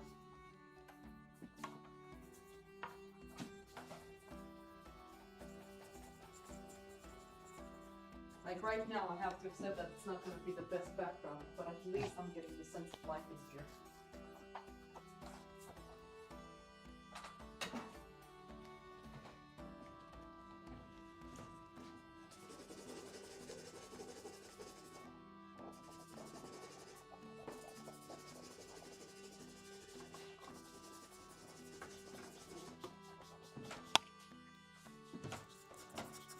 This cat needs a lot of chalk.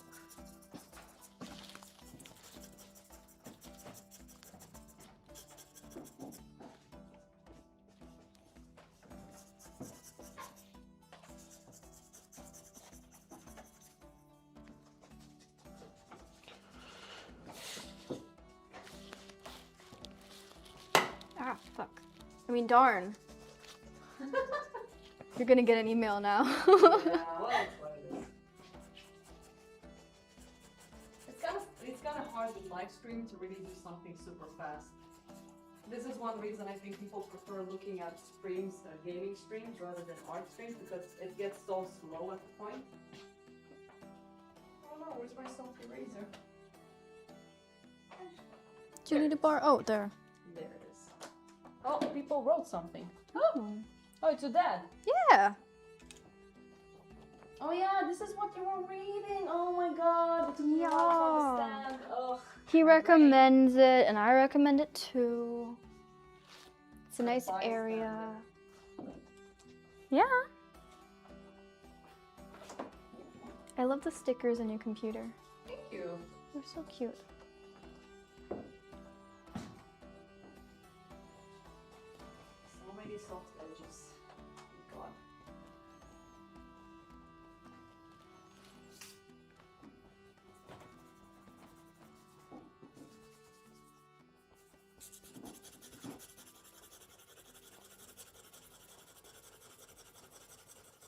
Am I done yet? No, I didn't even look. no. Are we there yet? Are we there? I mean, right now for me it's just background. Do you wanna do my background? I don't know if you want that.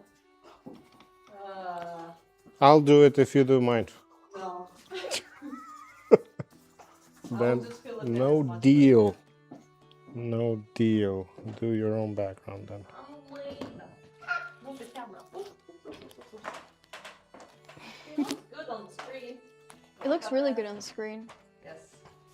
How much does a screen change a picture? Because I feel like when I look at my drawings in a screen for whatever reason, I'm like, oh, okay, there's all the mistakes. They change a lot. Yeah.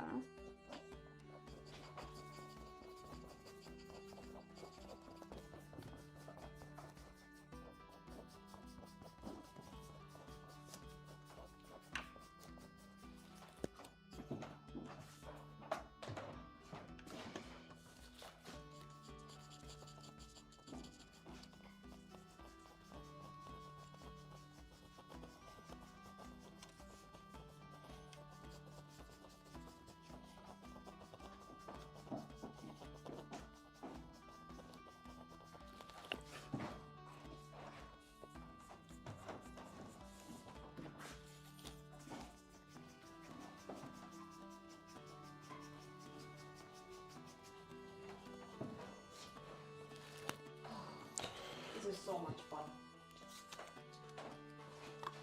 Speak for yourself. Aww. Joke. Is it that hard? It is a bit, but what can I do? That's something I like about teachers here as well. They think it's fun. They like doing this stuff. There's like no resentment, no, oh, it takes so long, it's so annoying. Like, and I think you get over that at some point as well as a student. Oh yeah, definitely. I haven't gotten over it yet, but It's getting there. it's slowly, yeah. I'm tolerating it more and more. Oh, shoo. You should have seen Johanna's face. What happened? It's just my finger was wet when I tried to... Oh no, that's the No. pencil. That doesn't go well. Shh, don't make it worse than it is. Well- Oh god, it's stuck there forever. Well, she's got a little soul patch now. Where? Just under here, just stained it in. no. That's you can see the outline of it there. Yeah, it's and it doesn't come off. Maybe a little bit. I have a hard eraser Sweaty too. hands, huh? Well, yeah, you know, my teacher, she's like, oh my god, you can just use your fingers, it's fine. Sorry, that wasn't your voice good enough. Oh my god, you can just use your fingers, it's fine, you use your finger. Wow, you don't sound the Romanian enough. That's the problem. I would get in trouble if I tried to sound Romanian around Hey, three it's okay. Romanians. You have a sense of humor, right? Oh, Vasile? good, good. Right, Ioana? Yes. Yeah. I'm gonna report you to Lena. Oh no. The Romanian government are coming for me now. Yes. Yes. Do you guys have like a president or something?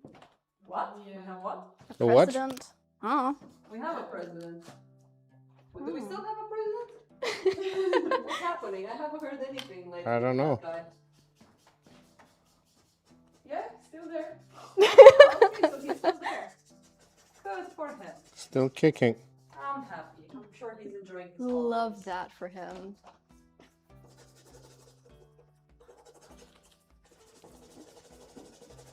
Still kicking. Still kicking.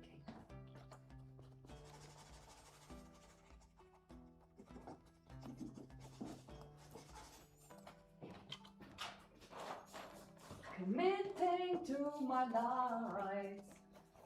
Na, na, na, na, na.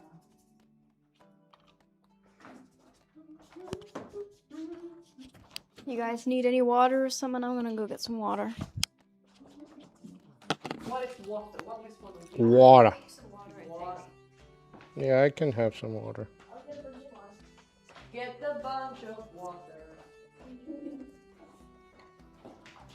I remember when I did my live stream. Oh, she took the microphone.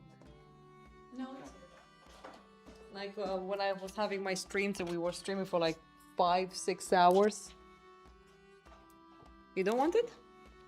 You wanna? what? You want the microphone? No, it's okay. It depends. Vasile was pointing at you, so I'm like, okay. So I had live stream for like 6 hours, to be honest, just drawing and painting. But that's one reason I say that get your sketchbook and draw as well. I got it. I have it now. You what? I have the other microphone. Oi, oi, oi. The other Romanian. Yes.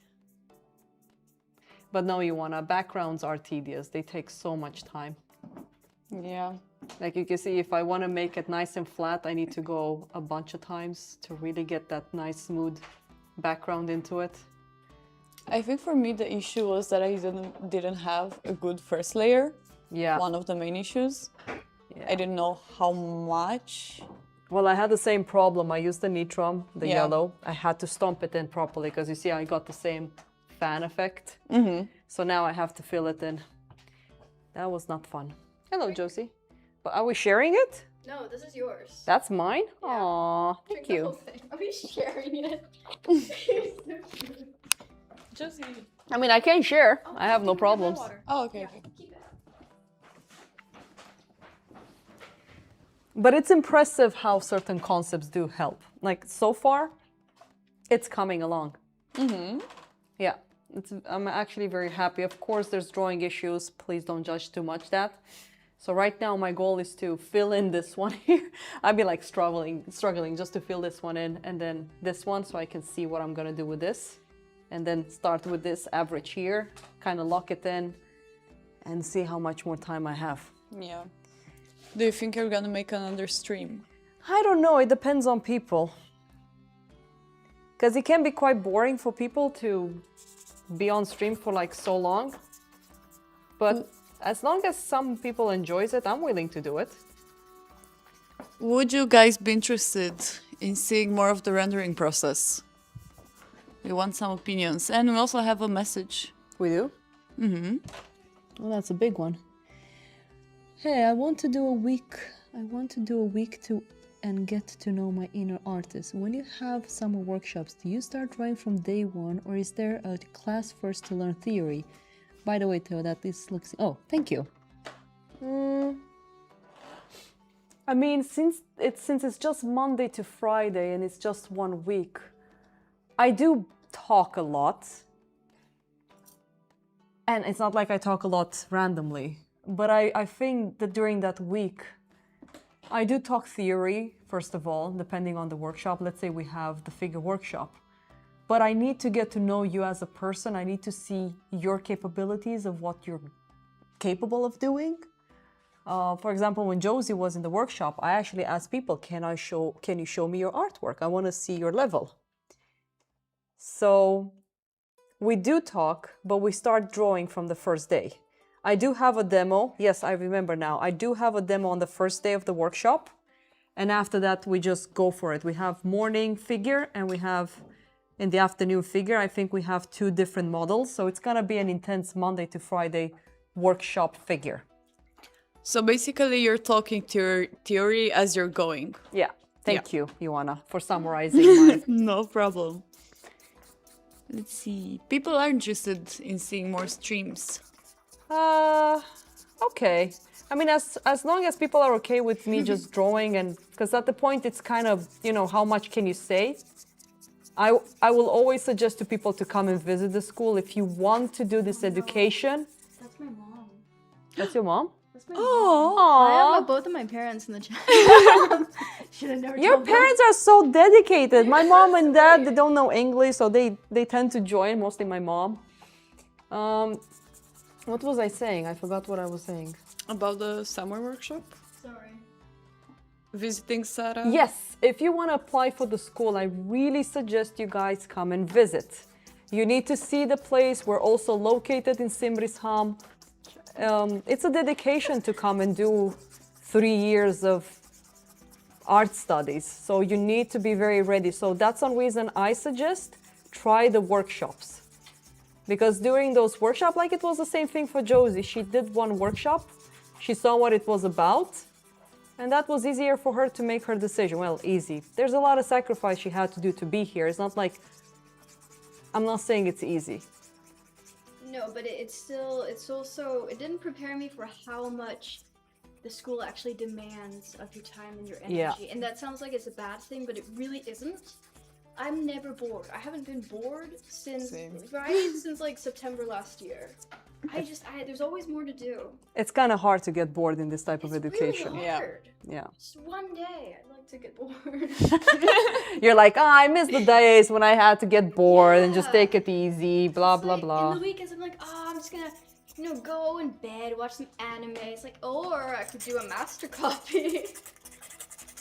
This is something I talk with Sana, actually, Yeah. that you don't really get bored. Yeah. Like in her mind, Sana Tomak is one of the founders, and I usually talk to her about boredom. And she said, like, I don't understand when people say that they're bored. I really don't get it. So, yeah. No. Yes, I broke the charcoal. Now it works. Nice. You're still using the Wistone. Yes, Right? Okay. I finally broke it because it was a bit too hard. So I just had to break it. And now it does what I want it to do. Yes, look at that. Nice and flat. Yeah! Get flat! Flat, boy! Nice.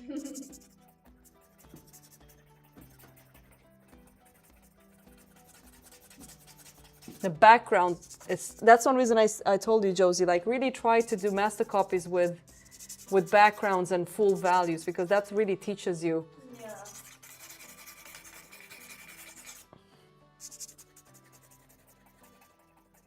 Yeah, it moves so nicely, and then I can use the brush here, and it's gonna be perfect. Nice. Nice and flat and gray. And this music is perfect. It's so cozy. Yeah. It's like when I worked in a museum shop, they play the same music as Luke. Like this. Oh, there you go. My mom says to come home and she will help me be bored. Yeah, good luck. Good luck. Wow. Mothers, they do everything for you. It's like when I go home to Romania, I'm a 36 years old woman. And when I go to my mom, everything is done for me. Underwear and everything washed, food and everything, fridge is full, and I'm like, oh, so good to be a child again. My mom even takes care of my dog for me. That's amazing. I know, it's so good. Parents are the best. Yes. And Marianne is like, depends on the parents. Yeah.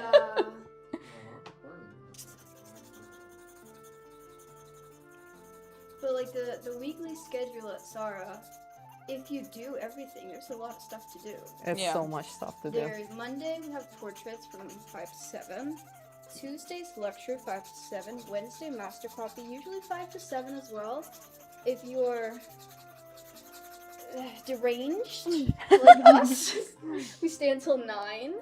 Tomorrow, 5:30 till 7:30, croquis. Friday, Jesus, that is a lot. it is a lot. Friday, Friday we just have Lecture. lectures. yeah, we have lectures and then we chill Yeah. out. The boys go buy their cold ones and hang out. And then there's Sketch Fun Club. There is Sketch There- Fun Club. And Yeah. sometimes, if you're really lucky, there's also Sketch Sad Club, but nobody's invited. It's just me being upstairs. Wow. Yeah. I need to join this Friday because it's been quite crazy last week for me. I need to Yeah. come back to the Sketch Fun Club. It's nice. And then Saturday, portrait, 10:30 Yeah. to 1:30. Sunday, they close up the school. They're like, go sleep, clean your rooms. Yeah, that's when you come to school and you go like, why is my spot clean? Yeah. It's like, Must who have the been a hell- fairy. Who did that? What the hell? Oh, it's so funny. But how do you handle this, teachers in the room? Like, the sense that you can always do more. If you go home early like 4:30, you go home on a... You're talking to me? Yeah, I'm talking to you teachers. Oh, well, what? If I, as a student, go home early on a Thursday at 4:30 and I miss out on croquis and I feel bad. Like, you always feel bad about missing these things. I've missed... I think you should not feel bad. I mean, I understand what you're talking about. Yeah. I understand. When you feel tired, you have to give yourself space to breathe. Otherwise, you're not doing anything. What do you say, Vasile? I don't feel bad. You think I should feel bad about not going to croquis? No, No. he's shaking his head. He's shaking his head. I think I should feel a little bit bad because No. I need the extra figures. You know, it's You don't need to I agree, feel. but it's like instead of forcing one more exercise, like if you're tired, I would say that it's more important to Rest. rest than to. Definitely. You don't want to burn out. You don't want to burn Someone out. once told me that resting is productive. Yes. Yeah. Yes. I guess. Okay. Sure. Sure, whatever. It is productive. It is. Like, I used to be a workaholic, and Vasile actually helped me calm down a bit. He was telling me to take more breaks more often, and I was like, yeah, but I don't have time. So, I ended up doing the same thing in Bucharest and burning out. yeah, that's the thing. I mean, in our field, it's so easy to burn out.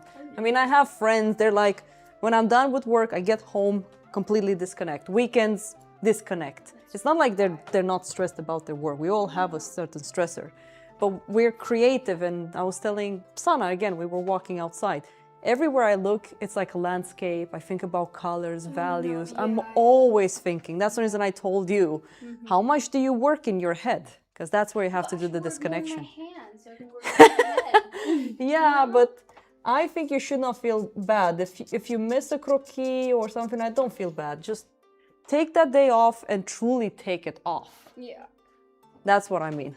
But then in the weekend, I want to do my seed homework, and I want to do like a little master copy, and then Give I you, have to clean you and know, cook. do 3 hours of work and that's it, and then have a life. We kind of forget to have a life, you know? Yeah, and you say that as well. The most efficient way to study is like 2 hours a day. Anything that is more than that, it's not really studying. No. So even if you think about like what we're doing here, it's more important to work 2 hours like constantly than to work like with attention than to work like 5 hours and then no focus. And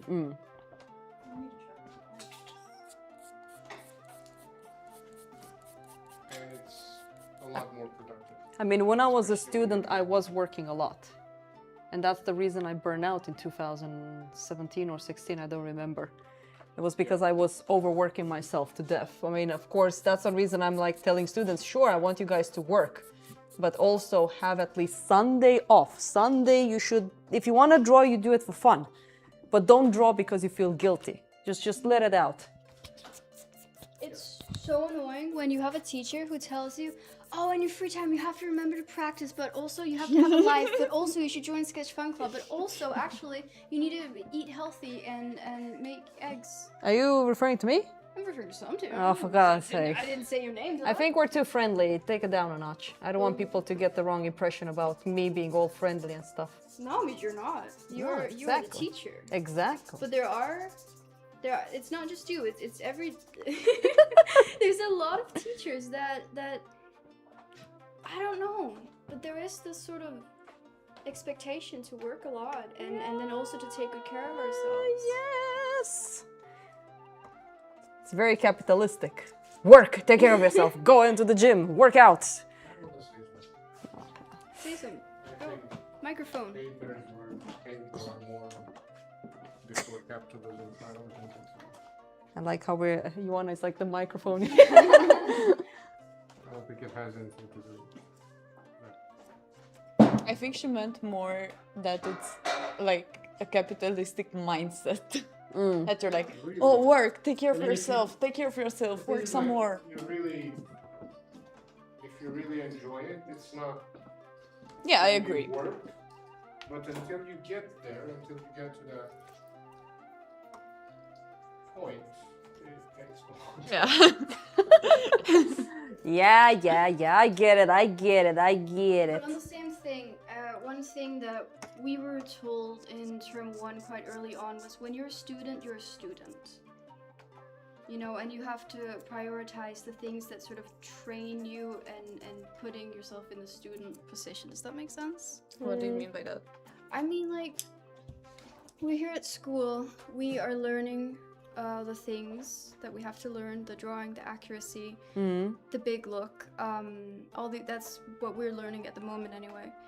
And there's this sort of desire to go a bit beyond that and do some more, not more professional, it's not the right word, but be a bit more creative, try out different mediums.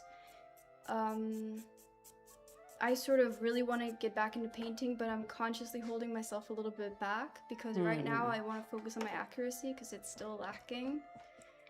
And it will until I'm dead, probably. You know, I did say to at the point that I think you guys should also rebel and do. I think I was year 2 when I painted a horse because I wanted to see. I wasn't even painting with color. Yeah. And I just made that choice. So, what am I trying to say with this? Yeah, you just try it out. As long as you understand that, you know, what's the priority, is my drawing fine, blah, blah, blah. You need to try things out because it needs to be fun. You have to have fun too. Yeah. Otherwise, you're just gonna lose your mind and ask, because we had students that's the only thing they did, like work. I mean, even though I wasn't a workaholic in school, I still loved it. I wasn't doing it and I was spiteful about it. I was enjoying it. Yeah. But there's some students that pushed this agenda too much.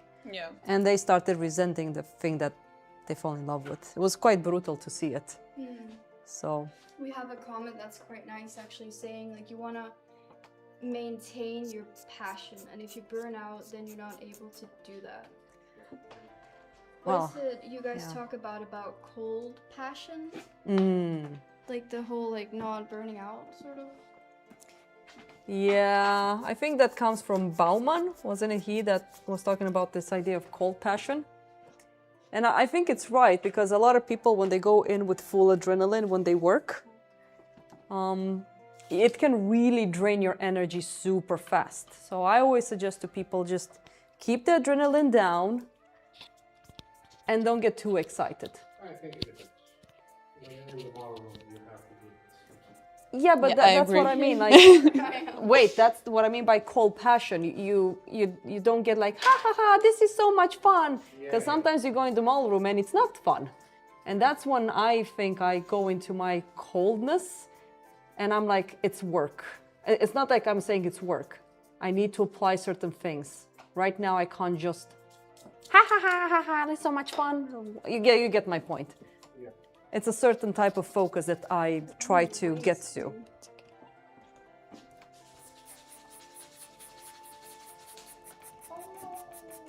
No. What happened? My pencil broke. Oh no. Was it a tumble? No. What do you do when Okay. your pencil breaks? Vasile, how did you do it at your studio in Bucharest? What? I mean, what the heck? When things breaks, did you applaud your students? Yeah. That's actually funny. But it was also amazing because back at the first job that I had, Yeah, for like the teaching job in Bucharest, yeah. people were like stressing out when they would break their tip. Oh Because the no. former teacher would scold them. Oh god, that's And horrible. then for me to kind of like, I Yeah. don't know, balance that, I would just applaud them. They were getting scolded? Wow, that's brutal. To be scolded like that.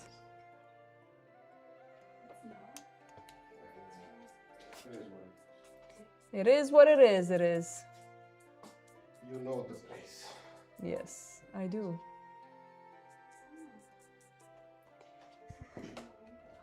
Oh my god, it's 8:10 and I still haven't finished. Well, there you go. I do have some chalk. No, I have it as well. Don't worry about it. Oh my god, my legs. Let's see. It's getting there, it's getting there. I'm actually very happy with what I did today. I was a bit stressed out about it, but it's coming along. Maybe I do need to do another live stream where I get into rendering. Yeah. Should I? I think you should. Wow. If you wanna say that I should, then we will. Because it can be fun to really get into specificity within these shapes here. I would love that. Okay, if that's the case, I'm gonna give up because the big look is coming along pretty nicely. There's some shadows that I need to darken and all of that stuff. But I think I'm getting the effect a little bit, which is good.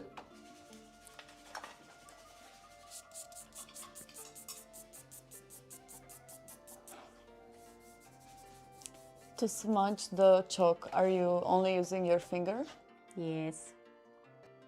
I can't do much about it. It's always finger for me. I don't know. It works. Marianne, you don't really use your finger, do you? I do. Oh, you do? Oh. Most of the time. Oh, for some reason I remember you saying that you don't want to do it because you had too much sweat.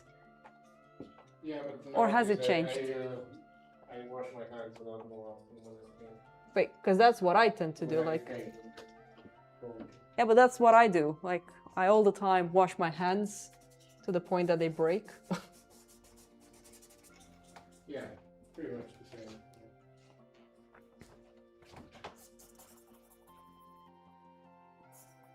It's just more easy to Mm. work with.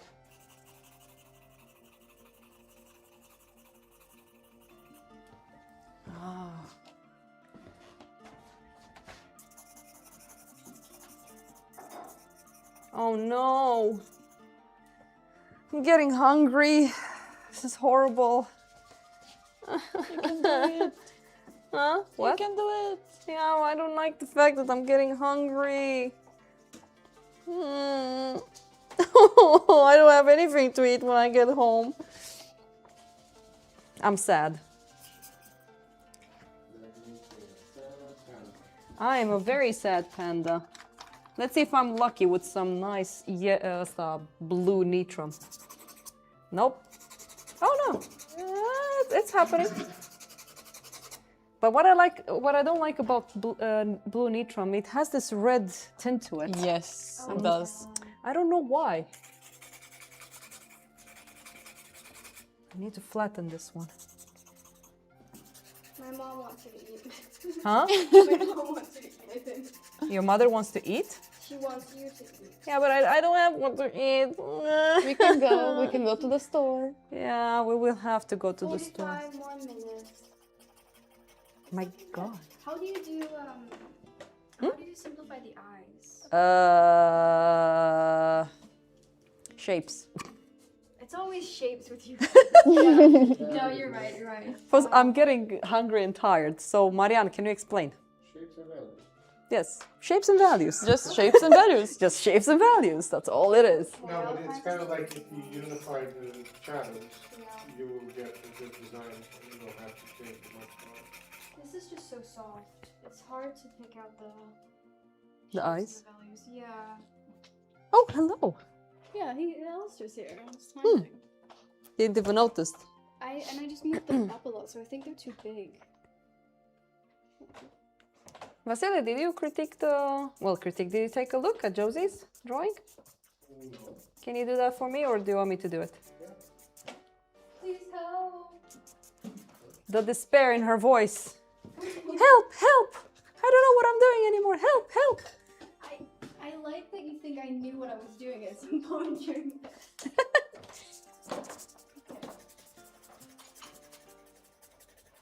I'm stuck at the eye.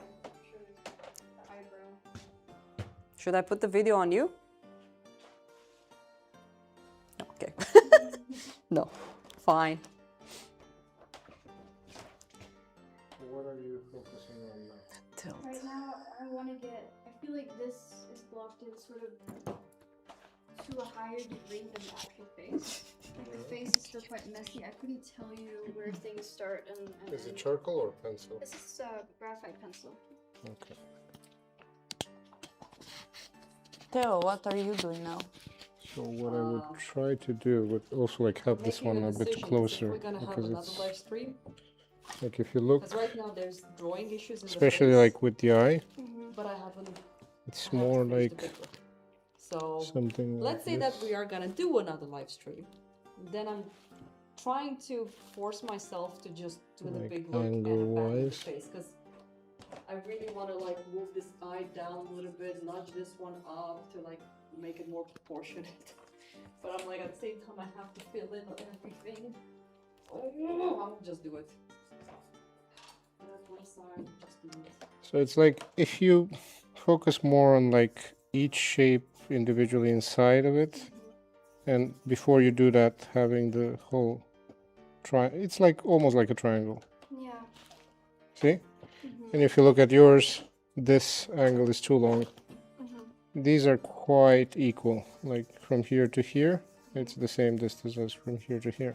Oh, I see that, yeah. So if you notice these kind of small things, because the longest one is this, and this one can break up in one. You don't even need to have a line here. You can have like an indication here and one here. So it's a lost line. Yes, and just focus on this shape and separating it from this, and then this little one. But the shape of the actual eye needs to be correct first. And it's actually like almost a perfect triangle here. Yeah. This one is longer than these two, but But they're almost equal. yeah. So that will make it easier for the eye. Yeah. Regarding the nose, again, if you block in this shape, like more specifically, you have like 1, 2, Theo, 3, I have a 4, question. 5. This 1, should be synced 2, with this? 3, 4. right? Oh, So it's- if you it's have completely all of those Oh, okay, angles, okay, Yeah, yeah. also It's not pay completely attention to symmetric. this distance. It's a there's bit a lag. narrow Okay, okay, here. okay. So this is in real time. So I would move Yeah. this a little bit Okay. in. Okay. Okay. Then again, like they're shape here, the shape here. I mean, the general proportions are okay, so I wouldn't really. So this one needs to be pushed in a bit. If you check the lineup, it's like right in the middle of the nostril. That's where it should be, the chin, Oh. right? Uh-huh. But that's also like presuming that the nostril is in the right place, which kind of is. Yeah. Because now, right now, this space is too big. And even if we relate this to the eye, if we put it here, you see it's too far away. It's almost lining up with this. Okay? And if we're pushing that You need to be strong, a Theo. little bit, it's still gonna line up with that. So it's, yeah. So if you pay attention to these things, like small little things Yeah. now. This is the point I'm at, and I'm a bit frustrated because I want to do everything. Too much. Oh, are you sure? Yeah, I have one. You have? Oh, you have a microphone. Wow. I do. So it's us right now. Yes. Okay, let's just don't Theo, don't get into details. Just put in the big look. Just put in the big look. Put in the What big. charcoal are you using now? The yellow nitrum? Nitrum, yes. Because I just want to flatten things. And nitrum, mostly the yellow is quite fast, but it's soft. So when I'm putting it down, I'm really stomping it as well, as much as I can. There you go. This one here.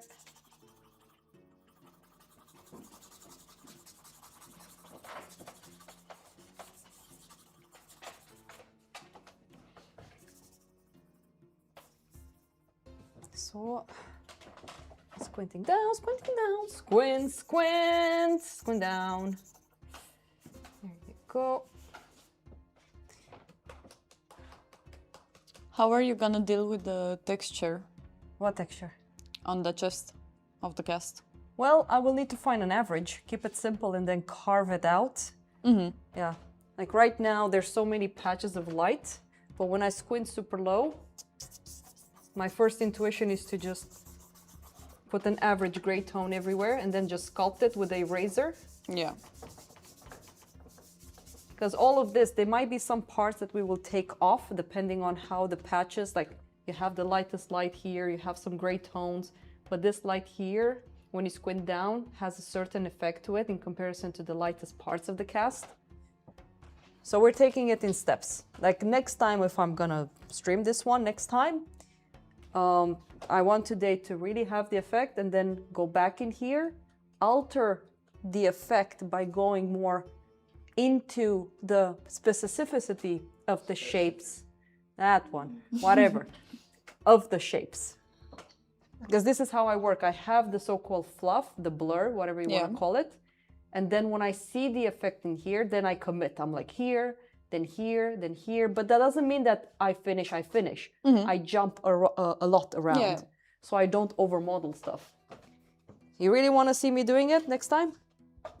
You wanna? What, the cast? Yeah. Yeah. Okay. Then let's do it for Ioana. And Charlie, because he's enjoying it. He's so calmed out. He's what? He's calmed down. That's good. He's had such a hard day, you know, being in the car, Being a dog.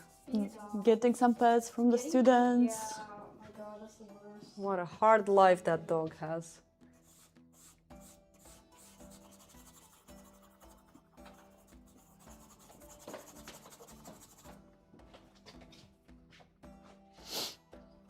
Let's see if I can use this brush.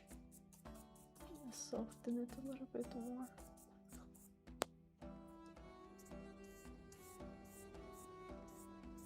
Like all of this, what's happening right now, I need to take that piece of charcoal and just stomp it down.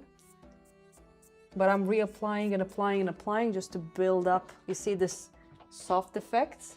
because I want to keep my edges a little bit more on the softer side. Don't go sharp. Because one thing I noticed, a lot of students, they go very sharp on the edge. Right now, I'm keeping it softer than I see it, so I can force a little bit more of the turning of the form. But it is gonna be, I'm not very careful, I can't speak anymore. I'm not very careful with my drawing, but I will try my hardest to look at the edges, the variations of edges in plane work, to be able to have the correct turning of this overall form. Because right now, this is what I mean, this is an average.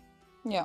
This is an average right now. And within this one, depending on what's happening, I will take the soft eraser, carve it out, refine a little bit of the shapes. You get my point? And we're gonna do the same thing here. We're gonna find an average. The same thing here right now. All of this is very soft. But like I said, my intuition right now is to just get in here and like really be specific with the shapes. But right now we just have the fluffy average. Yeah.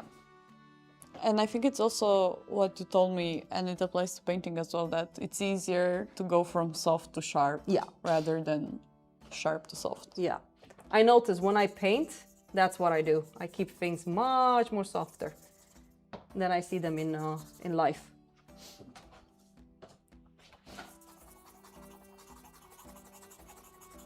When is Piri Piri closing? When is what? Piri Piri Closing. closing. I think. No.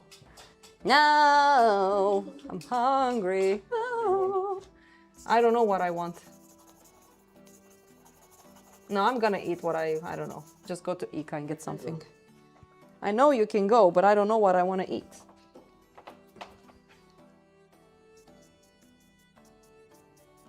And it's gonna be too heavy, so no. No. No. No. My tummy will hurt.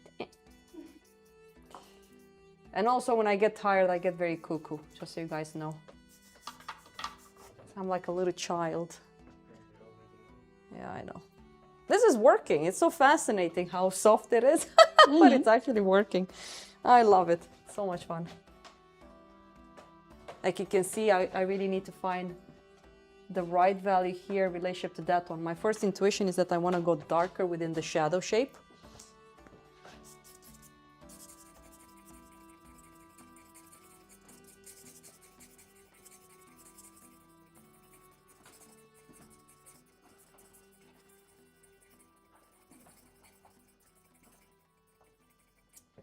Theo, what would you say is your favorite part of the process? Everything.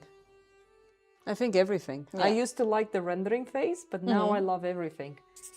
I think because I know the concepts quite well, Yeah. that everything I do is very rare that I get blocked when I work on something. Because if it's drawing, then I apply, you know, shape, whatever, structure, points, accuracy. When I was in school like you, your age, many years ago, I think the rendering stage was my favorite stage because it was more apparent. Yeah. But for me to get to that stage was brutally hard. My God. But now it feels like it has become more fun. I understand what I need to do to make all of this accurate. So yeah, I enjoy everything now. It kind of sucks when I get locked, you know, like, oh my God, what am I doing? But then I ask questions about, you know, I have the mantra. What was it again? Drawing, value, and color. Within drawing, you have certain things that you need to check. Okay, that's there. I check that. That's good. And then I look at values. Okay, values here and this. Okay, color. So that's my mantra. Yeah. Drawing, value, color. And it works. My little mantra works. What's your favorite stage? I'm not sure, to be honest. I think it was rendering as well, Yeah. but I'm not sure anymore. Okay, so you're a little bit unsure of what you Yeah. like. I know what my favorite I like the flats. The flats. Yeah. Those are fun. I like the flats. Because it's so non-committal in a way, like it changes so much without you having to do a lot, and then you see more. You see more Yeah. mistakes, and it just feels like a second wind. Why the hell haven't I been using Temu charcoal? For the love of God. I keep reminding myself why I like this charcoal.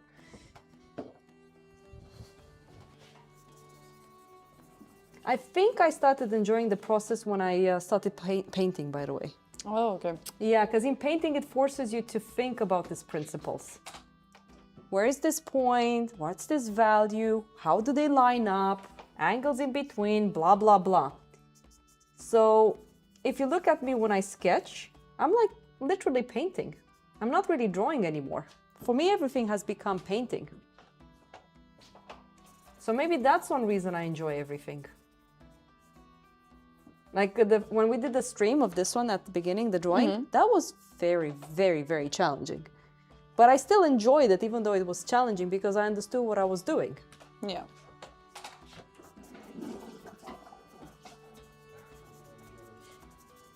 Huh? I'm not sure if my painting is too dark or... You know, it's the light. Light. It is the light. It is the light. No, your painting looks good upstairs, so don't worry about it. It's gonna be cool when we're gonna do a time lapse of this one. Yeah. Because I brightened the highlights on the portrait. Okay. It looks better, significantly better, but it looks too much high contrast. But I think it might be just the light. I'm gonna try to... I mean, I did close a lot of the light in this room to be able to draw this cast, Yeah. so... I'm gonna try something.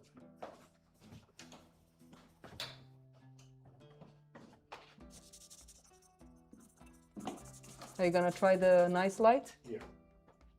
Yeah, you wanna? Come here a second. So you see now I'm actually spotting it a little bit. You see, like I'm trying to see a little bit of how dark I wanna go.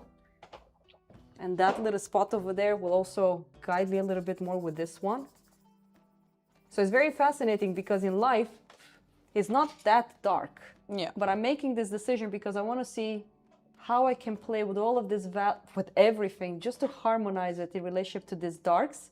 So I can give myself more force when we start rendering the form. Yeah, so you have more room to actually wiggle go into room. it. Yeah, because this one here is gonna give me so much more half tones to really show how this form will turn. So let's see. Right now, It's much better in this light. yeah? Well, of course, that's good CRI and everything. No, but it's like, it looks like a different paint. Lol. Oh, No? It's Yeah. darker. nice.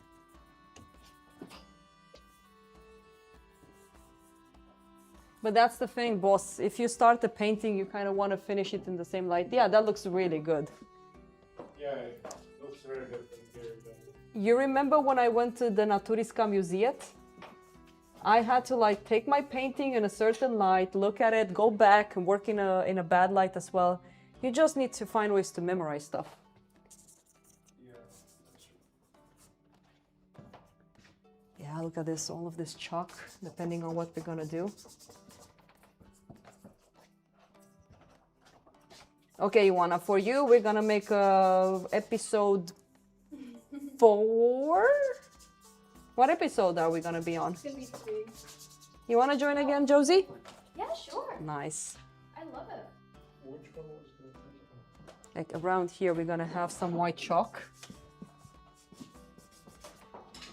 And let's do... I love Temu. I just remember why I like it. It sticks so differently. Like, look at this. You put it down.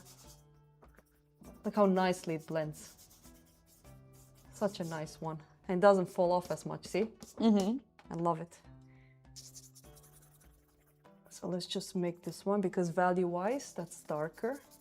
What do you think is the difference between this one and Nitram, for example? The way it's made, Oh, I don't the know. glue, I don't know, actually. Vasile, do you know how Temu and Nitram, what's the difference between them? or not necessarily Temu, but for example, Nitram and Winston, whatever. Definitely wood. Charcoal. And probably different. Is it the wood or how they burn it? Probably different treatment. They also treat the wood. The Nitram. Or which one? I mean, they used to. I don't know what their process is now, but they used to treat it. Interesting.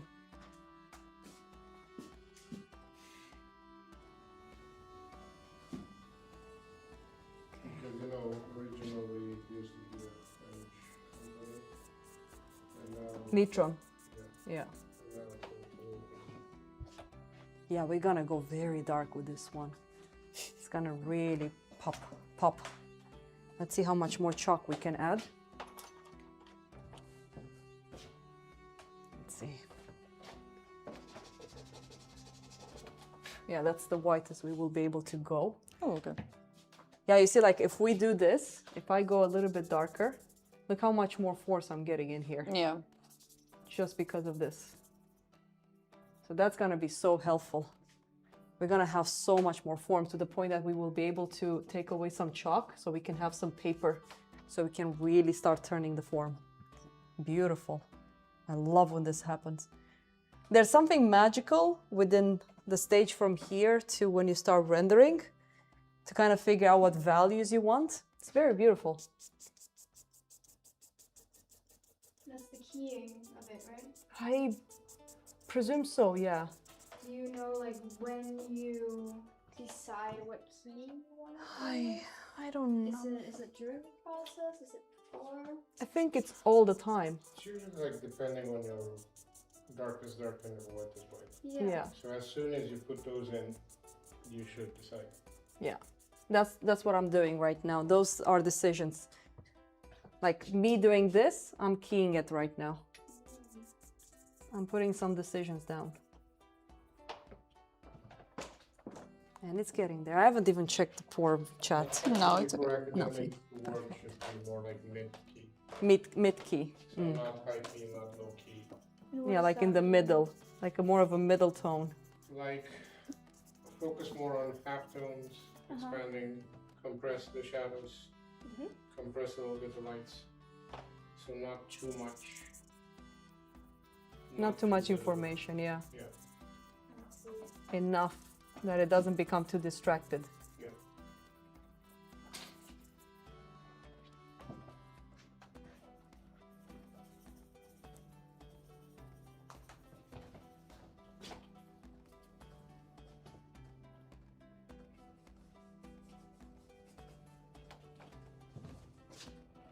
Like all of this, you see this? All of this, we will need to make decisions with those shapes.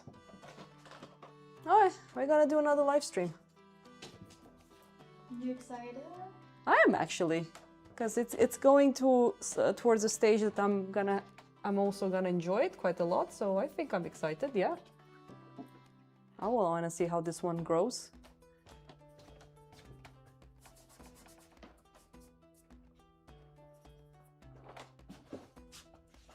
Ioana is excited about it, so why not?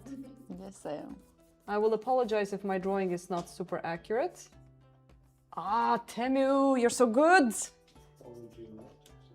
Yes.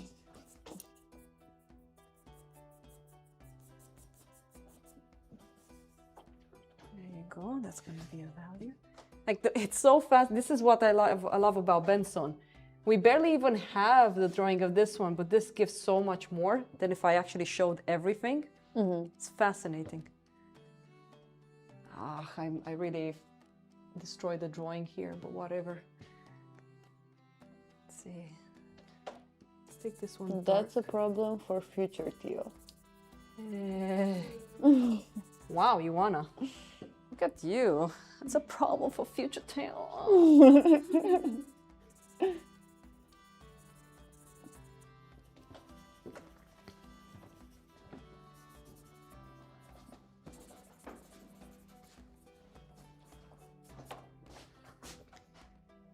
Yeah, this is gonna be tricky, this part. Let's just gray it out even more. Like take the average value of this one even lower and then carve it with a razor. And then see if we need to carve even more.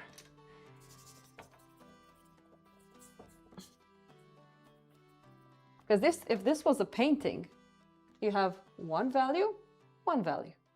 Then you start going darker, brighter. This is something that Carl talks a lot about. Because if you look at how Carl paints, he separates simple values into big masses. And then he starts, you know, adding darker tones if needed, brighter tones if needed, and all of that stuff.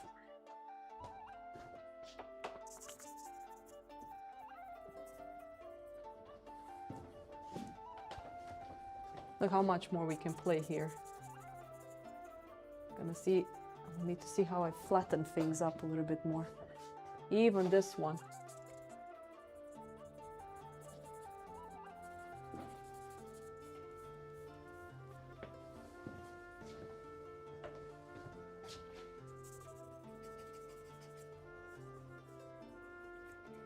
Oh, any other questions regarding the school, I wonder? I think everything was said. Oh, a certain individual has just asked, when do you know when you're done with the drawing? Which is what we talked about earlier. Yeah. And what was the summary of that? How should we summarize something like this? Vasile, can you summarize it? Do you know how to do it?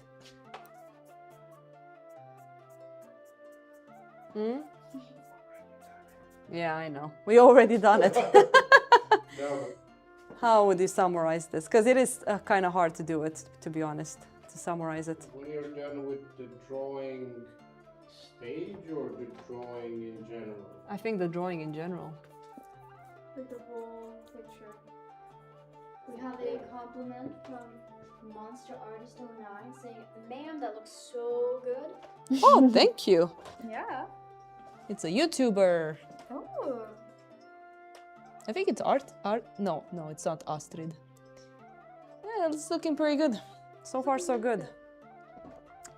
But yeah, it's like I see things here. I can darken the corner over there. I can darken more of these shapes. I can fix this shape here. Everything is so fluffy. I think it depends a lot on what you want from the drawing. Like depending on what you wanted to convey. I think So what we talked about was that it is never really done. There's always more to do, no matter what. But you can limit yourself with time limit. But even then, you might not reach your goal within that time limit, and then that's where you are. Yeah, but then if you already have a goal. Then you already have a goal for when you're done. Yeah. So I think you can ask yourself this. What's important for you when you draw this? For me, the importance was the effect of light. So I can call this drawing almost done if I want to. It looks good as it is. It's unfinished, but it has its charm at the stage that it's at. But now we're changing the game. We're saying that we want to render it more next time on the stream. Then definitely the effect that I have now will be altered due to me, you know, working on it somewhere. Yeah. So there's always choices. It's like the looseness of your painting. Because if you paint too much on a painting, you're losing that energy of it.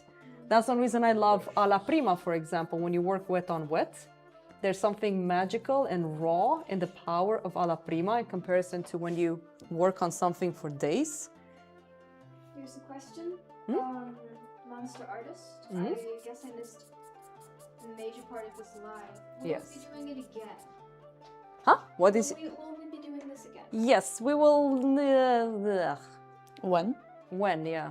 Yeah. I'm gonna go to Stockholm. Let's get to. Wow, my brain is having a major. You don't have to figure it out right now, but we'll definitely do it again. Yes. So we're the 25th of March. Next week we are on a break. I am teaching. I'm on duty between the 7th to the 10th of April. I think I can try to do it on the 8th, like after my teaching week. I can try to do it then. Or if that's the case, I will need to do it on the 15th, but I need to leave. So I can't really sacrifice that week. So stay tuned, please. Let's do it like this. I will give you guys the newsletter from our school and make sure that you sign up on our newsletter because we do actually send out notifications on when we do this. Contact. You can also just find us on Instagram. Yes. because it is a little bit tight for me right now. I need to figure out, because maybe we don't need to do it on Wednesday. Maybe I'll be crazy enough and do it on Monday when it's a closed day. What? That's No, it's no. it's a red day on the 6th. Oh, okay. So let's talk, keep in contact, Yeah. and see if we can do it on the 6th, if people are up for it. Yes. So I don't have to work like a lunatic the whole day. Here you are. Bloop. Join our newsletter. There you go. Let's see. We're getting there. Since it's getting pretty late, do Yeah. you have more questions? Yeah. If you have any questions, now is the time. Yeah, because we're gonna stop pretty soon. Who has the microphone? You have it. Yes.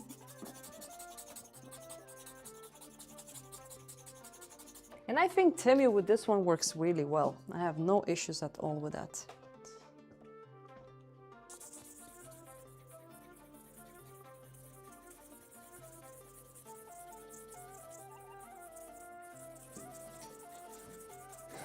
Yeah, you guys been at school since morning. Jesus.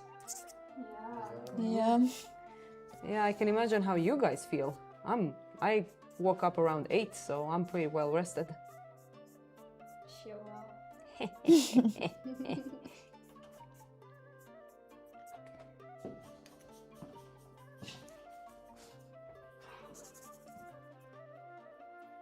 Yeah, we're all feeling the burn. We're all getting tired now. No, ma'am, you can rest. Yeah, we're getting there.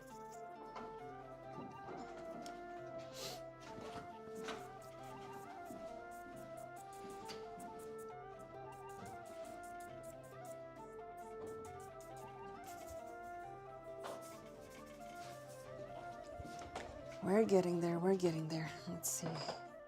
It's quite nice to Hmm? it's quite nice to take breaks from your work as well and let it rest and then come back to it. Like Oh we yeah. started today and you said, oh, there's so many things to correct. Yeah. And it's true. It's when you leave it to rest overnight or whatever, you get a lot more, you get fresh eyes. Isn't that what they say? Yes, it's exactly it. I mean, in my case, this drawing has been away for a while, and when I came back to it, I was like, oh my god. The amount of mistakes, it's so much. We might have some chalk around here, but not that much. So let's just put it down. For now, just leave it like that, like a fluff. Where's the soft eraser? There's a question. There's a question. Oh my You god. can read it. Do you struggle to get started in the morning if you are unmotivated? So, do you guys know Dr. K on YouTube? Do you guys know Dr. K? No. Motivation is.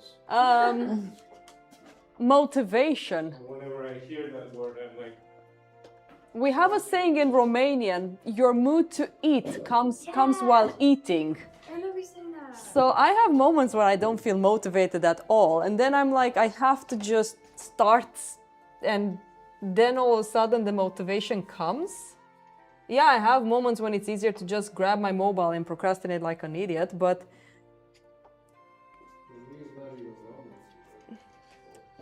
yeah, I mean, I don't have problems motivating myself. I think it's more about me being almost lazy, I can also say. no, but it's also like I wouldn't really rely on motivation to do things in general. No, I think it's a bad thing to actually have, to kind of, I don't know how to put it in words. You rely on motivation. I don't think it's good. Mm. It's not. But besides motivation, what about in the morning when you just got to work, school, whatever? You still need that thing that starts you doing the stuff. You still have to start that time. I start my time. You still have to begin, and you don't need motivation to that. Maybe it's discipline. I think it's Yeah, discipline. yeah. Yeah. It's a habit thing. We're creatures of habits. Drive or ambition or Yeah. What if you're working on something you're struggling with? I mean, I know how my boyfriend told me when I was asking him, Hendrik, how do you manage to do the work you do? And he just replied to me, it's just work. You just have to do it. Yeah. So sometimes it's hard to really find motivation when things are very tough. It's like he said, you just have to do it. I feel motivated sometimes. You know, I have this great idea, but it's like those are very rare moments. I think it's just habit. You just have to do it. It's hard to explain it. I think a lot habits of are things that you can train. Yeah, a habit is something you can train, like Vasile said, because I don't think people can hear you, Vasile. A habit is something you can actually train. I think some people feel pressured to love the art they do as well. Oh, yeah. Yeah, they feel like they need to love everything they do because it is a privilege to get to do this every single day. Yeah. But I've had people, other artists that are my friends, that have said people expect them that they have so much fun and then they just, you know, smack around some charcoal and here's something they're proud of and happy for. But it takes a lot of emotional labor to also have to go through getting something and struggling and being totally critical constantly. It's a bit... Amen to that. Yeah, it's intimidating. And it's not always fun. It depends on how you look at it. But if people are You can telling come over here, or you can get the microphone Yeah. from Ioana if you want to talk about it, I think Vasile. it's productive to see everything as personal when you're working on things like this. It doesn't matter like how long you work on it. I think that has been probably the most counterproductive way of looking at it when I was a student. Because the more you take things personal, the less you learn. Like the key is to actually be objective about it. Don't get too attached to your drawings or paintings. They're not part of you yet. They're not like expressions of yourself. You're just learning a language. It's kind of like, think about this.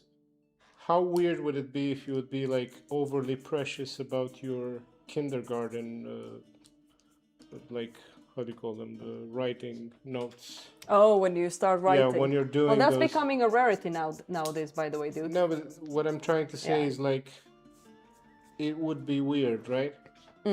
It's kind of like the same here. Like being too precious about the drawing of a cast or a portrait that you're doing is cool. That's just not productive for you, first of all. Because you're not really expressing yourself yet. You're learning a visual language. Yeah. You're learning the tools. True. It's gonna take years till you're gonna start to express yourself. That's what I mean about this, the pressure to feel like you have to love everything that you do and everything that you do. You is don't have to. No, you don't have to, and I agree, and you really It's- shouldn't. There is an external idea culturally that artists just love what they do and they're so happy. Do you guys agree? To be honest. Yeah, but I don't want AI to take over because No, that's their no. argument. Like, oh, we're trying to help artists because we No, know no, how that's- blah, blah, blah. No, That's just exactly. an Well, excuse. That's not an argument. I know it's an excuse, but they're using it. There's another question. Oh, now the questions are coming. And also, how do you deal with when you start a painting and somewhere towards the middle or end you lose interest in it? Or in the early stages, lol. Do you let it sit or push through? I push through. Like a sadistic person, I push through. I remember once working with freaking tears in my eyes because I had no choice. Like sometimes you just have to freaking do it. Sorry for my sadistic laughter. Sometimes you have to let go. In certain pieces. Yeah, and they never get finished. Yeah. Still lying somewhere in my That's the studio. story of my life. I think you can let it rest, but you shouldn't let it go. So if you can put it in your house, like if it's on an easel, and you can bring the easel in a place where you see it regularly, Oh, but for the you love start of working God. on something else, you can still look at it. But it That also helps. depends. Like if it's something that you've done when you were like not really thinking about it, No, but it's like a you can project. just You start a bye painting. bye. Yeah. Bye bye. Talk to you never.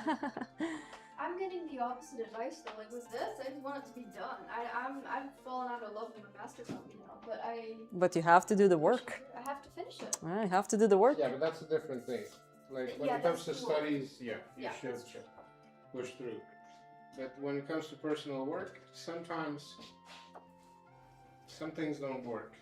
And you will notice it later. You will not notice it like straight away, as soon as you start. What helps with noticing that before you start is doing a lot of thumbnails, doing a lot of preparation, like mental preparation for the work. But sometimes even that doesn't really stop you from realizing that that idea or that image is ridiculous. And you just have to be like, bye-bye, see you never. Oh my God. So, yeah, it depends. It depends a lot. It's like, if you know what you want, and it's crystal clear, then you should push through. If you don't know what you want, and it's vague, and it doesn't really satisfy the image, you can just say, goodbye.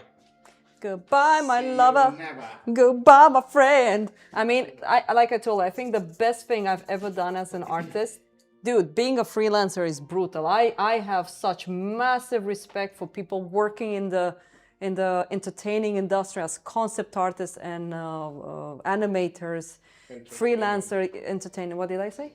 Entertaining. And Asha, whatever. I'm getting tired, I'm sorry. But seriously, when I see how these people work, massive respect. Like, I think I'm like lazy as like hell in comparison to what these people can do. What, people in the entertainment? Yeah. Like, literally, these people just pour everything in what they do. It's unbelievable what. And a lot of people go like, it's passion. It's like it's a bit of a sadistic thing for me, to be honest, to do it. It's like I started reading more about Miyazaki, and that guy is miserable, you know? It's like so much work. I can see the relation. Yeah. We have another question. What? Now? Yeah. Okay. What advice would you give to someone who wants to go through atelier training but can't afford to go to an atelier like SARA? That's a good question.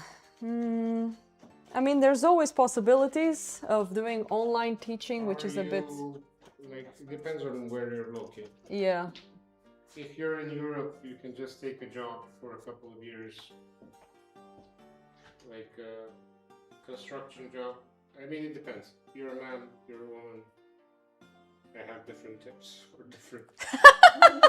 Sounded so dodgy, but yes, I get but what you mean. It depends. Like, No, I get it. You can't get a construction job as a woman, but it's going to be very Sorry. taxing on your physique. Yeah, that's true. It's... I think the question was targeted more towards the idea of if they want to learn by themselves or whatever. If you That was want to more- learn of yourself, I mean... Watch you a have lot to of be videos. Very self-critical. Yeah, that's the hardest part. And sometimes that will be taxing on your psychological health. So it's back and forth game. I don't know. He's in London. Have you guys Yeah, I mean- tried being self-taught? Like, before you got your education, did you consider yourself a self-taught artist? No. Because I don't think tried. anyone is a fucking self-taught I don't artist. think so either. I don't tried believe in and that. It just did not work. I mean, there are some people. No, they're not. They're all getting the There are- information from the there are- internet. Yeah, but they're getting And they're into- learning it from... Beksinski is a self-taught artist. Ugh, whatever. No, seriously. If you look at his process, it's like, doesn't resemble anything. It's the same language. Okay, I understand No, you the understand? idea what you're saying. Okay, fine, that I can go for, but... Taylor, do you still paint horses? Oh yeah, Yeah. That was a I question. love No, I'm horses. not saying like, we're not talking originality here. We're talking about like self-thought. There are some people who are, but they're very rare and very mentally unique. Yeah, those are what we call guineas. Yeah. Those are rare breed of people. I understand. It's 9 o'clock, guys. Is it 9? It's 9 Yeah. o'clock. I'm not done. Why you be so mean, Josie? You're so mean. I need the Association for Protecting Teachers. Stephen, Charlie will come. Yeah. No, Charlie's here to defend you. Okay. But we didn't answer the question. No, we didn't. Okay, go for it. Do you have the microphone? Move over here. Where's the microphone? It's over here. Oh, okay. Well, put it on your mouth. So far away. Yeah, exactly. Take it.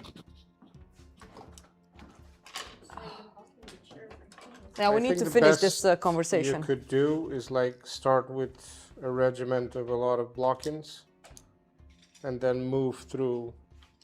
There's a bunch of like good programs. I think Stephen Bauman has a very good approach and very good program regarding this. I will put it on the chat. There's a bunch of I mean there's plenty of resources on the internet, like I don't even know what to start with.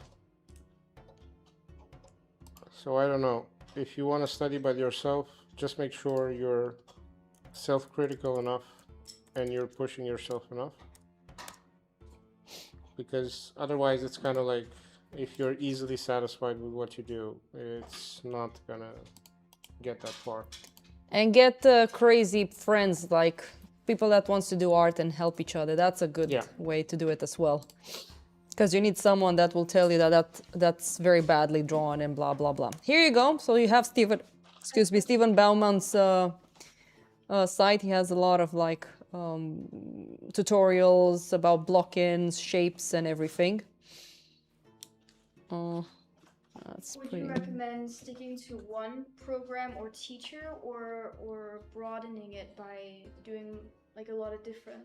I think at the beginning, keep it simple. Keep it very Stick simple to at the one beginning. program. Yeah. Try to understand the basics from one approach, because I think that's a big mistake with a lot of these. It's so much online that you don't know what you're looking at anymore.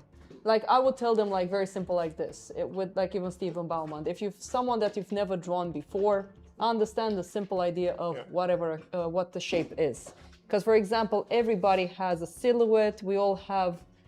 If you want to draw me, for example, as a person, you need to understand how the shapes are composed on my face to make it feel like me. That's one reason Bauman talks a lot about the idea of shape. So start with something simple like that. No worries, my pleasure. It would be fun if we can, I mean, right now we at SARA, we're considering of doing online courses because there are people that can't really move to Simrishamn but would love to get the basic foundation in education when it comes to, you know, the starting of everything. So we are trying.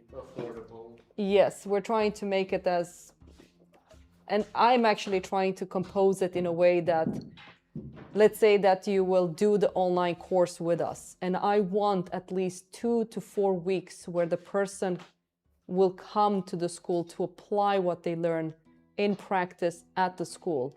Let's say that you want to work you want to learn how to draw figure poses. You will do presumably a bunch of Charles Bark plates and a master copy. And when you finish with that one, you will be able to come here for 2 weeks to be able to do live figure model. That's basically what I'm trying to actually do. Yes, I'm in contact with someone from Grand Central, Dale, the legend, the master. And they're giving me an idea of how to do it. And I want to be more hands-on with the students, for example. My friend Vasile Marian, he does online teaching and I'm learning a lot from him as well. But I would love, if possible, for people to come to the school to apply what they're learning, because it's different when you do it from like an image or whatever, master copy. It's very different when you do it from life. But hey, you know, make sure that you Control C, where's the chat? There's the chat, Control V. Make sure that you sign up for our newsletter so you guys can be ready, because we're trying to create this for fall 2026 online teaching. So if you're interested, yeah, you can let us know. Any other questions? Because we're very much close to being done here. And here's the cast. Like you can see, I did the big look. I have the other video. I will take both videos, and the third one we're gonna do where Ioana, presumably, like Ioana wants me to render it, so I'm gonna render it. So after this cast will be done, I will try my hardest to create a time lapse of it, so you guys can see it a bit faster rather than spending 3 hours with us all the time, which how it goes usually. Highly interested, yes. Okay, make sure you sign up for the newsletter then, and let's see how we make it happen. We already have someone interested, so we're trying our hardest to create this, because it's gonna be interesting. Yeah. Okay, cool. Everyone, for who has stayed with us until the beginning until now, I can't even speak English anymore, that's how tired I am. Thank you for joining us on our live stream. Please join our newsletter so you will know when the next live stream is gonna happen, because we need to render this one, otherwise Ioana will be angry with me and I don't want that. Aww, now she's patting me, I don't deserve your pity. Anyways, thank you everyone. Lloyd, I don't think I have time to go through this, but again, sign up and we will stay in contact. You can even write, if you please, you can even write to the school that you are interested in online courses, so we can actually presumably add you as well to a list, because we're trying to figure everything out. Thank you, Mama. Thank you, Papa. Josie's gonna go home now. Yeah. Okay. Good night. No worries. My pleasure. I'm gonna stop the stream now.